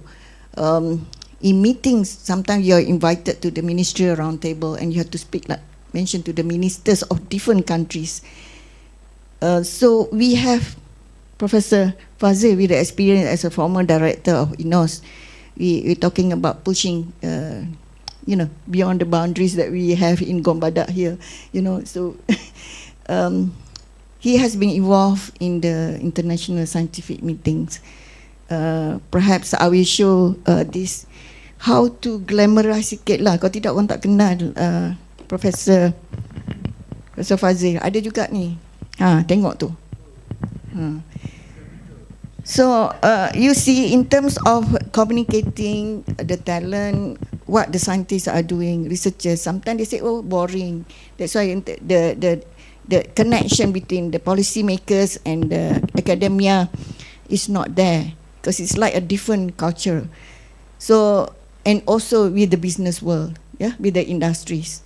So when you enter into the Age magazine, you're talking about your research, what you're doing at UMT. So actually, you open up new things, how to talk in their language as well. Because it is an opportunity for having, and talk about research, it's always getting grants, right? So we need to have partners across other stakeholders, which is the industry that can actually drive for, for future sustainable development, which is technology is very important component. So with these challenges, Prof, as a director, now the Pro VC, I know it become more administrative, but I'm sure you still have the passion and patience to do what you're best at, especially in alluding to the interest during the joint international discussion, especially negotiation with research, and you have been involved a lot with either bilaterally or multilaterally for climate change and ocean affairs. So with that, I hope you can share with us your story, as a leader in oceanography. Kata number 1 tadi UMT, right? Yeah, in the country, number 9 in Asia. So how you think the need with the experience, science diplomacy training with the rest can assist us to go beyond what we were before. Silakan, Tan. Bismillahirrahmanirrahim. Assalamualaikum warahmatullahi wabarakatuh. Alhamdulillah rabbil alamin wassalatu wassalamu ala rasulillah. Thank you very much, Dato' Raini. Basically talking about diplomacy. Dato' Raini is basically a real mentor for me, because I think I've been starting with oceanography, scientific world. We started all of this engagement through NOD at that time, especially Mosti. And at that time, Dato' Rani was the leader for NOD. So I think one of the best experience is she's giving a lots of opportunity to young generation of scientists at that time. I think most of us here in this room, probably myself, Dr. Izwandi, maybe Dr. Uzi, we have this experience of engaging with ministry, because maybe 10 years before, most of our researcher, because we are in Terengganu, quite far from KL, so most of important things happens within the university in KL or in West Coast, because they are quite close. So we doesn't engage much with the ministries. But I think during your time in NOD, we have more engagement, and it allows many of our researchers, like I said yesterday to Tan Sri and Paul, if you look at statistics, scientists, marine related to scientists that do marine related studies, marine science, marine technology, I think we have more than 70 scientists here in UMT alone. When we did the statistic, when we built up MORA, our research alliance, I think probably the whole Malaysia, we maybe only have 120 up to 150. So 50% of our marine scientists are here in UMT. So we should play more role. But Dato', I just want to share with you one thing, because whenever, last week when she asked me to do this forum, I was really worried because I don't know much about science diplomacy. But when I go through some of these paperwork and studies, I realized that actually most of what we've been doing so far is actually part of the science diplomacy. I just want to share with you one thing, because when I did my PhD in Australia in 2005, my supervisor said, go and look into Ogos floats data. I think Paul might be familiar because we are both oceanographers. I was quite surprised. I said that, what is Ogos float? So I go through, at that time it's not like now, so resources is there on internet, but not as much as now. But I figure out that I think Ogos float started maybe around early 2000s, like 3 or 4 years earlier. So if you're not familiar with Ogos floats is the device that countries share their resources and they deploy in all the big oceans, Atlantic, Pacific, and Indian Oceans. So this floating device will drift according to ocean currents and collect temperature data. So what the device do is they will dive into 1,000 meter depth, collect data, and then go up and transmit the data. And those data sets made available online. So just, I think 2005 is quite early. So at that time alone, I think there is about more than 10,000 data cast from Ogos floats alone. Just imagine now. Now they have like different types of Ogos with biogeochemistry, sensors, and so on. So amazing data sets. Basically, some of my work in my PhD, although I'm not using much of the data, but that data helps me a lot in understanding how science diplomacy works in oceanography world, basically in the scientific world. So when I started as a director of ENOS, one of my main agenda is to make sure that we manage our data really well. So because ENOS is the first institutes that start with data collection. So we have our data center up, I think since 2010. But when I came in, I wanted to make it even better, so continue the works of our previous directors. And I think we managed to do it quite well. Last week, we met with if you're familiar, Jawatan Kuasa Maira. I think we met in UNISA. So there is one component that they wanted to add into Maira calculation, which is Malaysia Research Assessment, which is data collection or data centers. So after the meeting, I met with the head of the PI for that analysis project that KPT gave.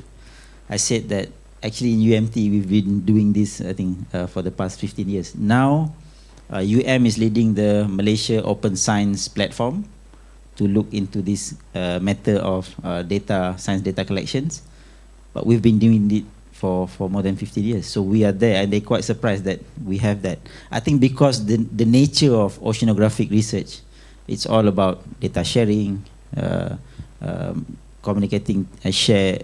I think lots of data is available because we are basically transboundary. So I think that's the spirit that I bring mostly when we talk about science diplomacy. Data is power, data is commodity. We have values that we can share. Basically, when we talk about data, it's easy to talk with our partner, our counterparts, because we can bring not only data, but the evidence from the data that we can bring into the diplomacy. So basically that's a bit of introduction on my view. Okay, thanks, Prof. I dirilah sebab sejuk. Talking about ocean data management, what INOS has done, and I think Prof. Fazil and the group has created research groups, and one of them is on the ocean dynamics. When you have a huge amount of data over the years, collected over the years, that you can do simulations, yeah. But most important is actually for modeling that kind of capability. So just now, Paul, we learned a lot from you, Paul. From the data, we need to have evidence. We need to institutionalize it and analyze it. It become an information and knowledge. So by having to have the capability to do forecasting, simulation, of which that's what the project is all about, with our collaboration with our friends in First Institute of Oceanography. I think UN IOC Westpac recognized that is quite a big output because we be able to, within the region, we have the training or the programs, and then in terms of modeling, we can have other global data, but we can actually have our own localized data, which is more accurate. Yeah, so this is kind of capability and capacity development that I think Malaysia has done quite advanced. But in terms of the negotiation, we believe that our diplomatic relation with China, as during the time our Prime Minister and our Deputy Minister, Prime Minister now actually signed the arrangement, and we managed to get our capability for modeling, for weather news, for meteorology.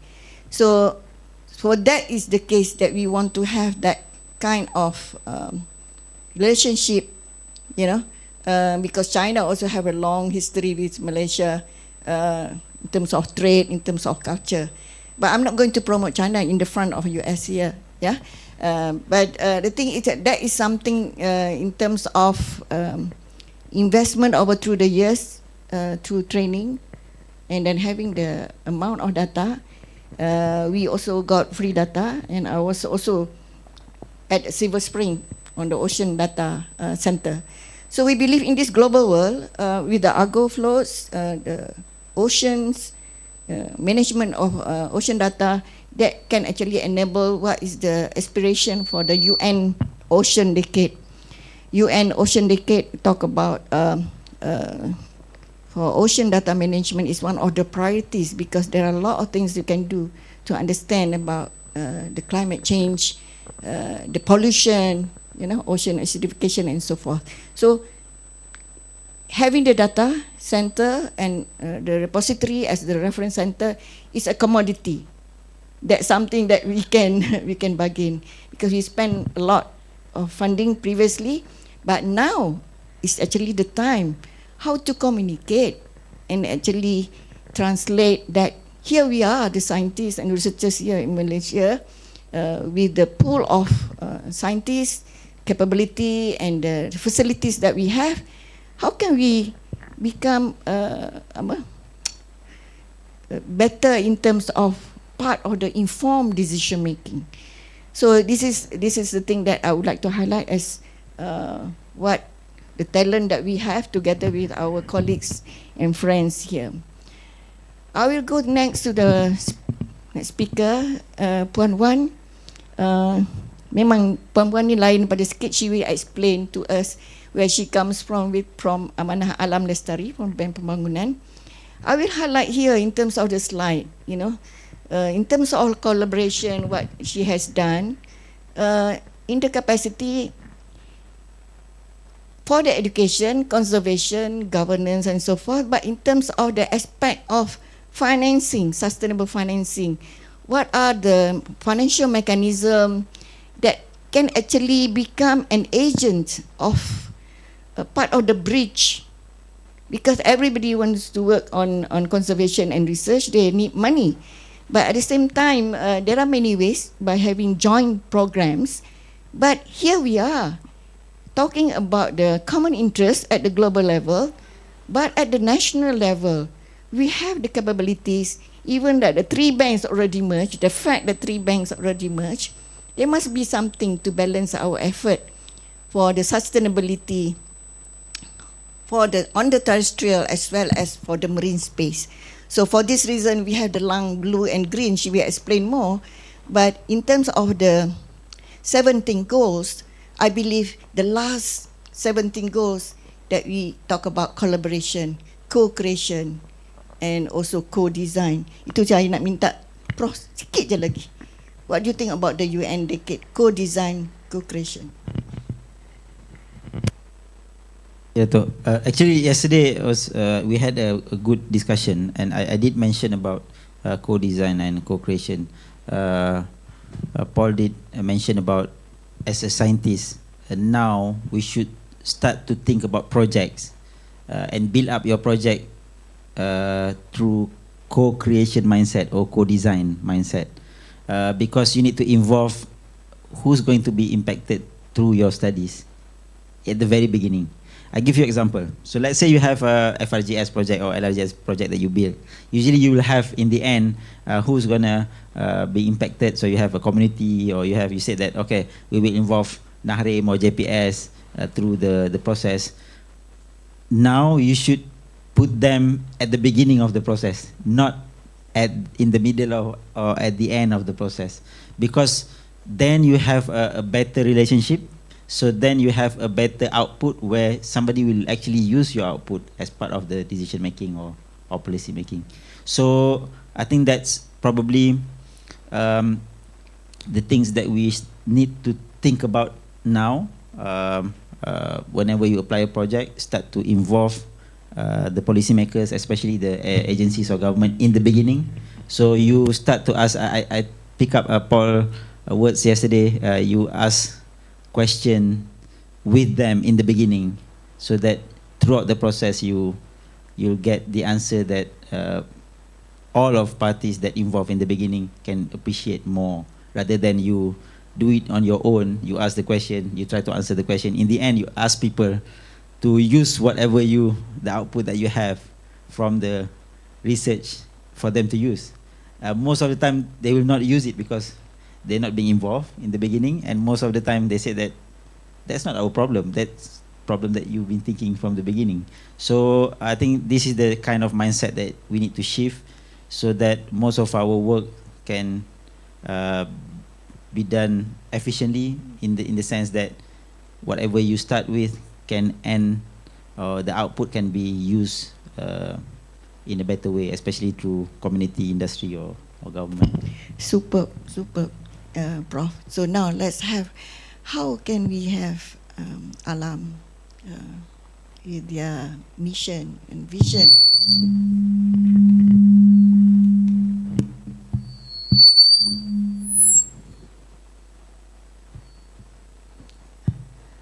Okay. Assalamualaikum everybody. My name is Wan Faiza. I'm from Amanah Lestari Alam. Can I have my slide, please? A foundation that is created by Bank Pembangunan Malaysia. Before I go to my slide,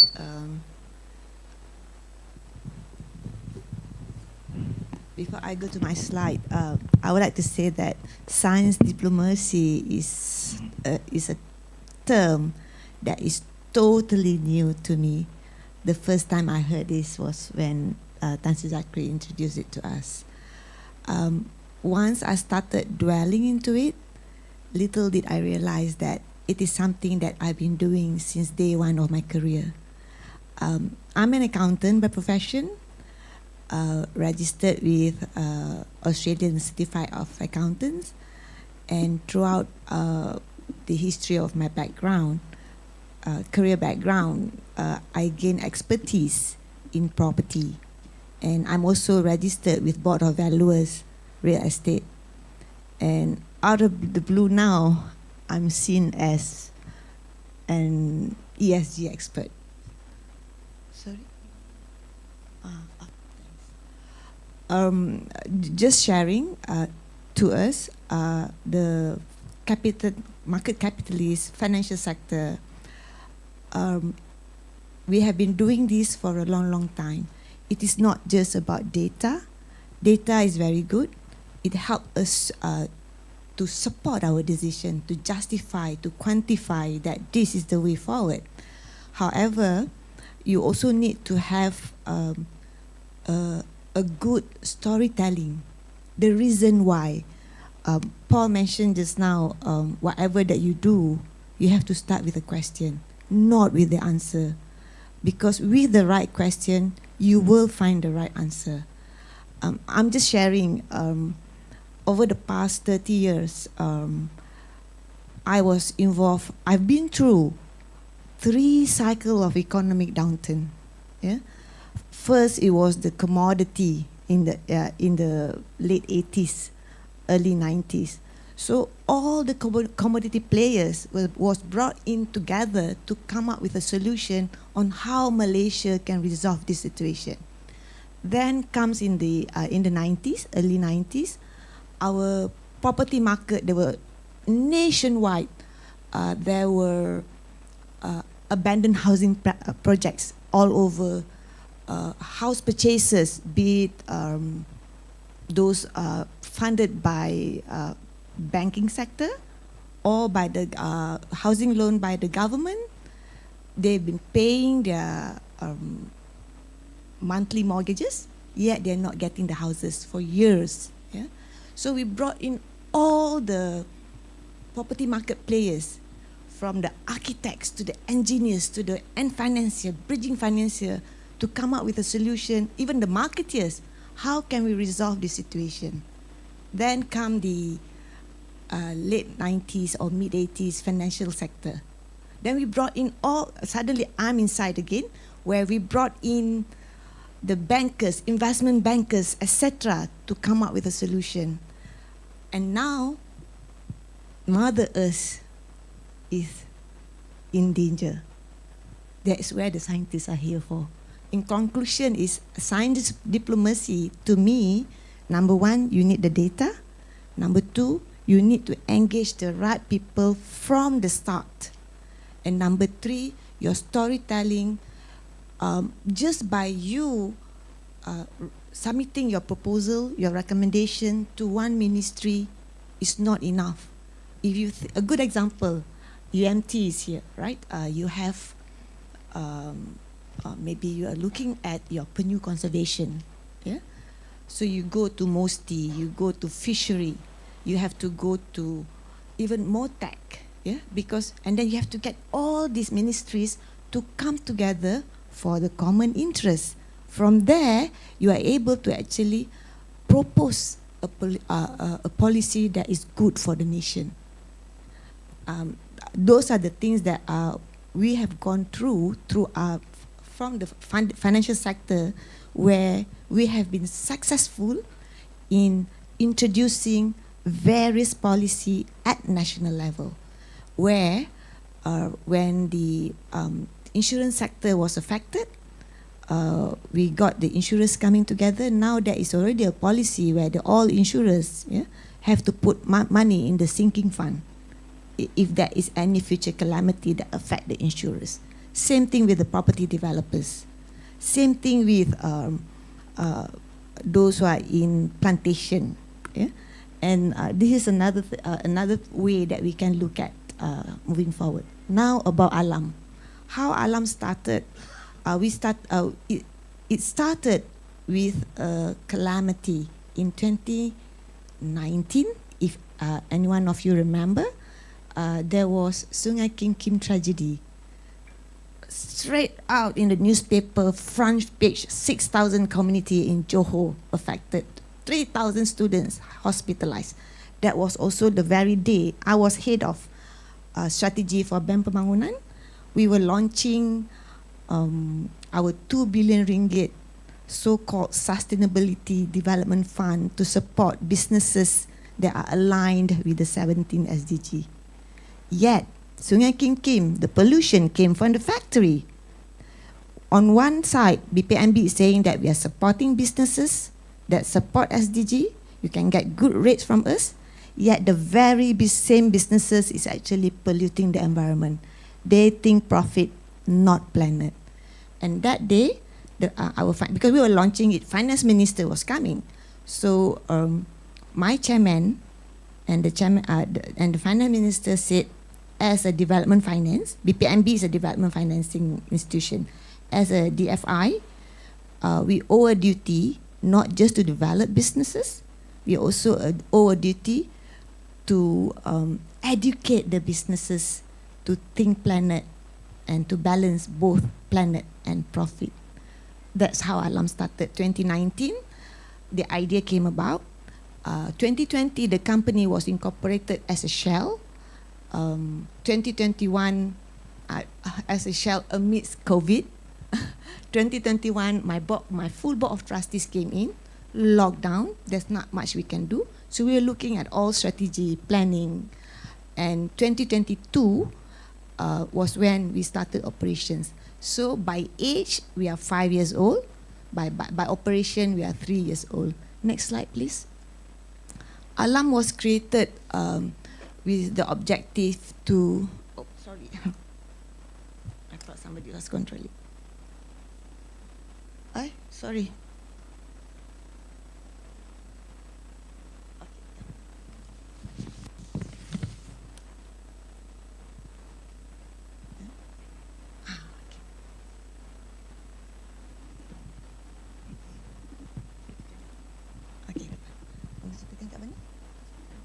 Okay.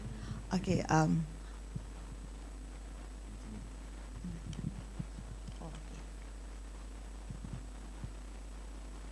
Okay. Alam was created with the intent to create awareness and instill whistleblowing culture on environment through education, with a long-term mission of mindset transformation, behavioral change through education. We have 4 pillars: education, governance, collaboration, and bridging. You will notice that most foundation, their pillars will be community engagement. We don't do that. When you look at governance, you will see that what we stated there is an institution that advocate policy. Because Alam has the track record through BPMB of being able to do that. We target 7 SDG. Even all these 7 SDG, when we first started, BPMB wanted us to be an entity that is non-compete. We complement and supplement existing initiative in town. We do not want to crowd the market because we are a DFI. We are supposed to support the market. And with that, we wanted to have 17. And we did a stakeholders engagement where all the main players in the industry came, and they told us, don't be greedy, don't be ambitious. They told us these are the 7 SDG that we should be looking at. Education, then SDG 11 to 15, plus education on 17. Since our objective is mindset transformation, behavioral change, we have 3 H target. primary school and below, all about nurturing. We work with Ministry of Education on this one, and we have youth where we are empowering them. It's all about doing climate action, localizing it. And the adult groups, we have different approaches for different groups. And how we do this through three focus areas. Next slide. Oh, okay. Over the past 3 years that we've been in operations, one is through public education and advocacy. The other one through grants that we have given. Also, we have youth capacity and empowerment. Various initiatives that we've done for policy, we have successful result with Ministry of Finance, Kementerian Ekonomi, Ministry of Education, MOTEX, etc. We've done conferences, small talks, some social media contests. We've funded a few video documentary. For grants, we have given grants for one Orang Asli project in Raya Belum. We also funded the ESD. This is the one that I mentioned, where in 2021, when we did the stakeholders engagement, everybody is saying that there is insufficient, or rather Ministry of Education is not doing enough. We do not have the syllabus. And Ministry of Education is saying that we have enough, we have the syllabus. So Alam came to bridge to say that let's see who's right, who's wrong. The result came out that both are right and both are wrong. The reason being, there is syllabus inside our education system. The survey that we did is a nationwide survey from Standard 1 all the way to Form 6 in selected subjects, mathematics, languages, science, geography, whether or not it is embedded as a subject. Not whether it's taught whether it's embedded in these subjects, not whether it's taught as a subject. For us, we believe that if it's taught as a subject, after you get A1, you leave school, you forget everything. But if it's embedded, you bring it until your university, your career life, and then people ask me, how can you teach math? Or how can you teach science in math? Or how can you teach environment in math? Yeah? So I say it's very simple. Darjah 1, Standard 1 question. Instead of Abu buys 10 apple, eats 2, etc., etc. So now 10 children goes to Port Dickson for a picnic. 2 kids throw plastic rubbish in the ocean. 1 scold a friend. Another 3 cut trees. How many love the environment? They may fail their math, but from Standard 1, we are already nurturing them to think environment. Then when they go to Form 5, oh, please compute carbon footprint, So those are the things. So the result of our survey is a nationwide survey, 18 months. We involve 4 universities. So the questions are all scientifically done. And with the approval of Ministry of Education, so the outcome is number 1, teacher lack capacity. Students are not interested. Leadership is lacking. When I say leadership is lacking,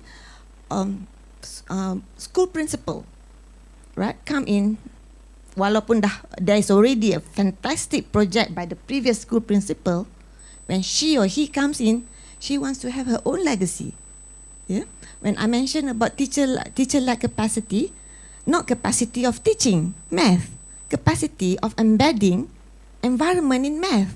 They have a KPI to pass, to make sure there's how many A's. So that's right. Okay, those are the things that we did. Okay, to date, ni tak clear sangat, yeah. So because Alam believe in collaboration, we were funded by BPMB. since 2021, when they first injected us with a seeding fund of 1 million ringgit, they have also given us annual fund. They fund our HQ cost 100%, but our project cost up to 30%. So they gave us about 7 million ringgit to date. We have spent about 3.5 million in the projects. That project that we spent has delivered 16.9 million ringgit worth of project value due to collaboration. A good example is these are some of the impacts that we have done. Like we've reached out to 2 million of youth YEL through YEL. YEL is a collaboration that we did with UNDP. Yeah, we did a matching grant of 1.8 million, and there is a matching grant from UNDP for 1.8, making 3.6. Since then, after 3 years, that has grown to 8.3 million because there are other funders that come in. I will stop there. Yeah. Okay. All right. Okay, thank you, Wan. Because of the time, I have one more speaker. Just to continue, we'd like to invite Prof. Paul, perhaps to share your views. Yesterday we had our discussion about the Antarctic project. So in your opinion, when we talk about inclusivity, yeah, I think the buzzword when you go home today is who, what, where, when, and how, right? So I hope that becomes something of for us to consider. What would you think the direction, perhaps ideas for future Antarctic project?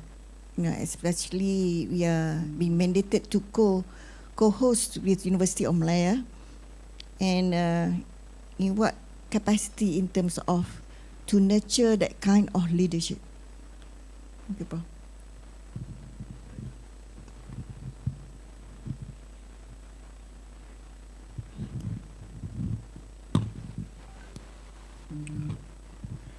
Malaysia has I would say, an important history and legacy to continue to nurture. In 1984, Zain Azrai brought to the United Nations the question of Malaysia, or of Antarctica, into the United Nations, and it changed the dynamic of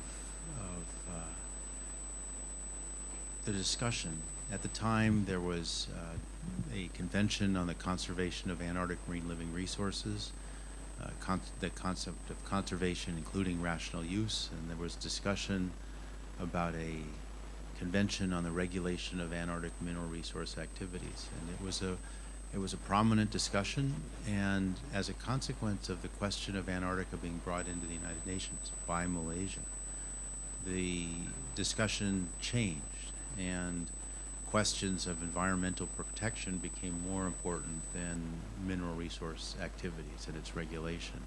And so the Mineral Resource Convention was abandoned, and in its place a protocol on environmental protection happened. So your question about going forward, I would say the same type of imagination and leadership that existed in the 1980s could be re-energized. And the discussion we have today about the world in terms of global north and global south, just the context of global, I think Malaysia is in an excellent position to think in terms of global leadership, and in particular to imagine the types of dialogues that will help the world achieve progress with sustainable development. In specific, there is the 5th International Polar Year in 2032 to 2033. The discussion is largely accelerating in the global north and developed nations. I think again that a country like Malaysia has an opportunity to stimulate dialogue and in ways that are inclusive. And this is the challenge we face as a world. It's not only about resources and economics, it's about the questions that we have, about the imagination and the compassion that we bring to discussions.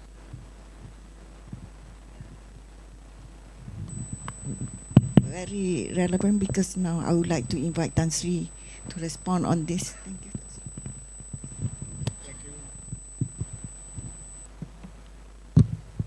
May I know, can I assume all of you are academics at UNT? All of you, yeah? By now, I think you must have been quite bored with what we have been telling you here. Secondly, you may be thinking, how do you fit in, isn't it? What the hell is going on? So I want to give you a small lecture, how you fit in. Number one, of course, as an academic, your aspiration is to get recognized, promoted to the highest level, or a university professor, right? That one is given. But in the context of science diplomacy that we are talking about today, you have to reflect, as what Kennedy once said, don't ask what the country can give you, what can you give to the country? So you thought, I've been doing my work, got my salary each month, I don't need to do more. But you need to do more. You need to be not standing on the sideline. So you can, and today, the great challenge is sustainability, right? On this one here, we say sustainability. What is that? You have heard, of course, the global challenges, which include climate change, biodiversity loss, pollution, and all that. In other contexts, you could be looking at some of the challenges from about 5 areas. We have, water, energy, health, agriculture, food security, and biodiversity. So I would think you must contemplate now how you can contribute to that debate. You would think it's so far away, in New York or Geneva. But actually all those global challenges will be translated into a regional context. In our case is ASEAN, and into a national context. So I think you have to find your niche if there's any possibility that you contribute to those areas, water, energy, and all that. And you have a special status, actually, academics. Why? Because that includes, one, by being a professor, whatever, you have the credibility, right? Secondly, you have to think in terms of the salience, the relevance of your research in the local context. And thirdly, you have to look around for the legitimacy of doing what you want to do. And that legitimacy, I think we have heard from some colleagues here, in terms of the national imperative is to connect with the relevant ministries. It can be more than one. And that's talking to the policymakers, the senior officials in the ministries. Prof. Adil mentioned just now that UMT is quite far from KL. I think you should be thinking about bringing KL to Kuala Terengganu and not you going to KL. And you have done that by bringing us here these 2 days, making that importance. So this afternoon we are going to talk about how we collaborate. I have some ideas, we will talk. But just still on this line, I heard somebody using the word recommendation. I've been around. When you talk to the policymakers or the political leaders, they don't want your recommendation. You can provide your recommendation, it will still be left on the bookshelf. The word is not to be policy prescriptive. You cannot be a doctor, telling that you have to eat or take this medicine or what to drink. It should be policy relevance. It should be policy relevance. And this morning, I think Prof. Bergman mentioned about not giving advice, but giving options. When he talked to the generals at that conference, it's really giving options. And that options, they can take it, they can leave it. Most of the time, they just leave it, I've been around for so long, I know this, especially if you are out of government. But the interest is there. And what we're trying to do today, and in fact, we have been requested by the government to ramp up the knowledge of the policymakers or negotiators on the art of negotiating. You must have heard of COP, Conference of Parties, or the various convention. The most famous is climate change. And you would think, how do I get in there? You can get in there by the process that I just mentioned to you, and by being relevant. The seeking of advice can come after that. So a number of us here are involved in advising the government negotiators on how to conduct themselves in those meetings. And it is not only science, but the art and science of science diplomacy. And Prof. Fadil, I think we'll see this afternoon, there are many avenues that UMT can contribute, because you must not fail. This university is not built as an aside. It has a great mission. And that mission is to give meaning to what we're doing in terms of marine or oceanic affairs, So that is the noble mission I hope will propel this university. But listening to you yesterday, they have done very well. You are having 3 high COE in UMT. Out of 20, is it 20? That's a lot, So I'm saying don't look back, look in front there. A group of friends, myself and some Japanese scholars are already thinking about beyond SDG, beyond 2030.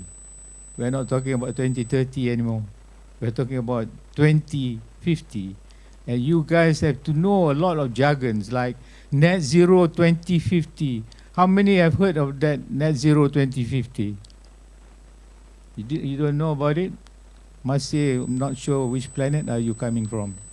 No, I'm serious, Net zero 2050 is government policy, not to have this carbon emission by 2050.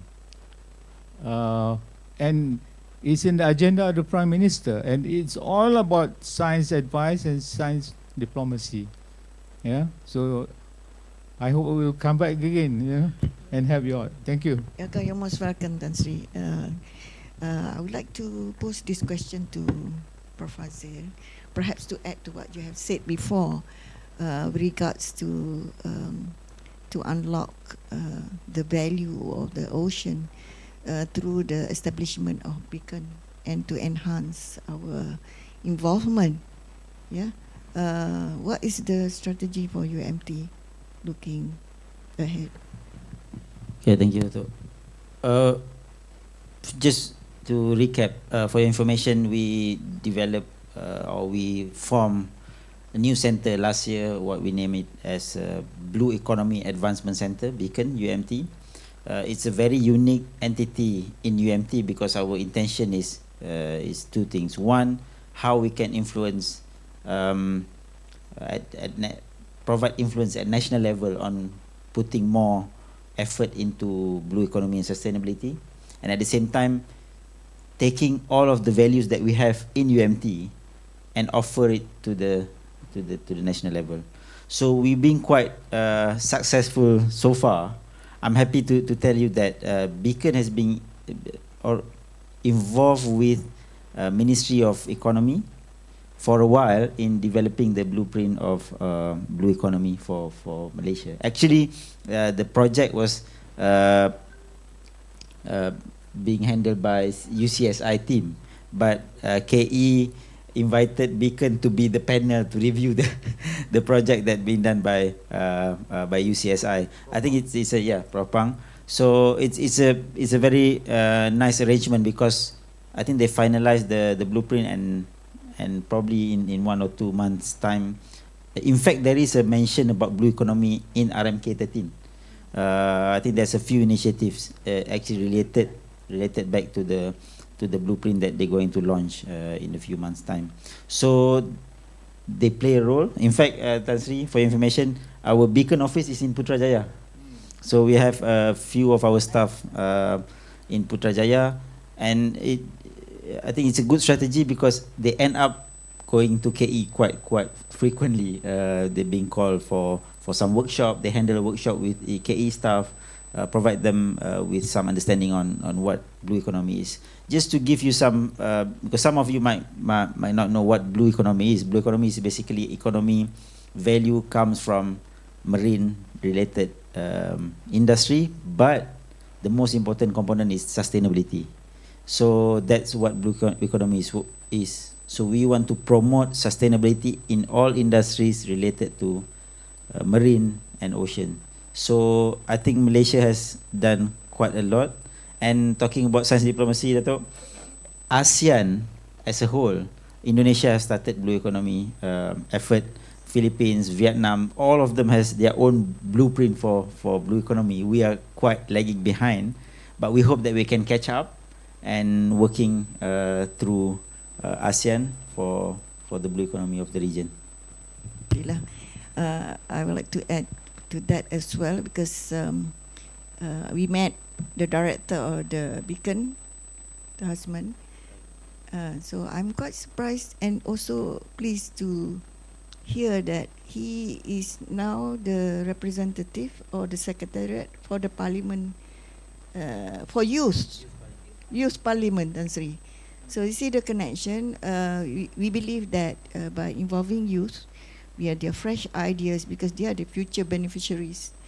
So I think that's the connection on enhancing what we are doing here and to communicate better. Probably that could be the bridge or the platform. I'd like to highlight juga in terms of ocean literacy, perhaps that we have more tomorrow or this afternoon. We are encouraging more early career ocean professionals. There is a grouping that is governed by the IOC, of which we have a very active group under the ASEA ECOP. So that involves not only biologists, chemists, marine scientists, but they also involve engineers, innovators, like Prof. Fazil mentioned, to handle equipment and so forth. But of course, there are other groups interested in terms of social enterprises, be it in aquaculture or fisheries. So these are segments that we believe that we need to sort of strategize, putting into the framework where the players are. So I hope we look forward to the deliberation and look forward to participation for other people in the university and other the members in the in the audience watching from YouTube as well. It's very encouraging. So the final round last from Prof. Paul before I will open for some questions. Yeah.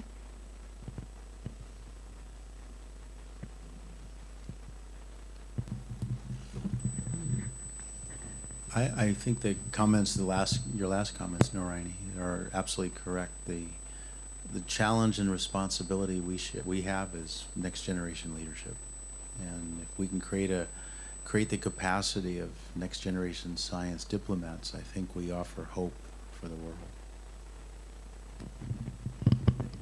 Yeah. Wan, your anything you want to say? Just. Tak payah panjang sangat. Tak, just nak tunjuk satu slide saja dah. Civil slide. Ada satu slide saja. Can you show the slide? carrot. For your information, the Central Bank, Bank Negara, and Securities Commission has set up a working group at the national level called JC3, Jabatan Kuasa Climate Change. Yeah, and one of the product is actually CFIL, spearheaded by Bank Pembangunan. Where can I have the slide, please? Where CFIL stands for Climate Finance Innovation Lab. It is a platform, a lab where like-minded people with ideas. After this, yang warna biru ada.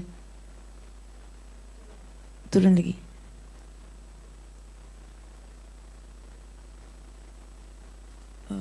Kejap. Hold on. So everybody is invited. You have good projects. This one. Huh? Tak boleh. Okay, CFIL is we are looking at 4 areas: climate change, sustainable tourism, agriculture, as well as biod. If you have ideas, it is all like-minded people come together, academia, come up with a product, ideation, and then pilot, implementation, and commercialization. And there would be funders coming in. You know, it's like there would be funders, there would be lawyers, all in the same group coming up with a product. That was how the financial sector has been able to come up with solutions, with ideas that are implementable. Yeah, this one. You see, energy transition, circular economy, sustainable agriculture, and nature-based solution on biod. And therefore, where UMT can comes in is actually on nature-based biod. If you have projects, initiative that can be replicated, or that can be ideated and become an actual product. So because BPMB, we have our private equity, we have our SME bank, we have our Exim bank, we have our development bank. In addition to that, we are also a member of DFI. So we all these members, including those members from other bank, are able to come together. We put in the lab and design the product together. So next, okay, yeah. Please email to Joel Ko kat bawah sekali tu at bpmb.com.my if you have any of your researchers or potential products that you would like to include in CFIL. Thank you. Thank you, Wan. Ini carrot ni for lunch. So now, ladies and gentlemen, ada lagi? I just would like to let you know the ESD survey yang I cakap tu that we did in 2021. MOE has already accepted that. It's included in RMK 13, also included in the Education Blueprint 2026 to 2035, where all the 4 teacher-led capacity, etc., will be included. And UMT is kind enough, because you know kita kat Malaysia banyak blueprint kan. So now how to make it actionable, we are doing a nationwide stakeholders engagement, and UMT is kind enough to host Zone Timur. Okay, well done, congratulations. So please give a round of applause to all our panel speakers for having this very engaging session. I would like to open the floor for questions. Perhaps we can take questions at one time so that you can address to who that you want to answer your questions. Before you do that, please state your name. Kenal lah sikit dulu kan. State your name, where you coming from, and then to whom you want to address your question. So we can take 3 questions dulu, boleh? Anyone?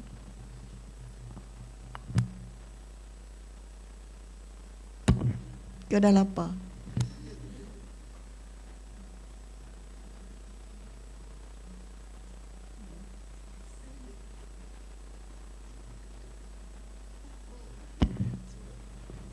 None? None. Okay. I think you understand all about science diplomacy, about collaborating. And we bring to you here, it's very rare to bring from the United States. He has a very hectic schedule with the Institute of International Institute of Science Diplomacy and Sustainability. Next, you're going to Sarawak, right? So this is a very opportune time for us to bring him to Pulau Redang, one of our research stations tomorrow, to entice with the work. Dr. Uzair, yeah, he's the man behind the see-through, yeah, and the team will be assisting us for the program, and also Dr. Afiq Durrani will be accompanying us for the next project. So looking forward to the afternoon session, and I hope you all will join in the discussion and can plan, co-create and co-design for our future on the science, diplomacy and sustainability. With that, I conclude. Yeah. Thank you again for coming. Thank you for all those audience from YouTube. Thank you very much. Thank you. Assalamualaikum warahmatullahi wabarakatuh. Please give a big applause to all of panel members today. We would like to invite all of the panels to be back on the original seat.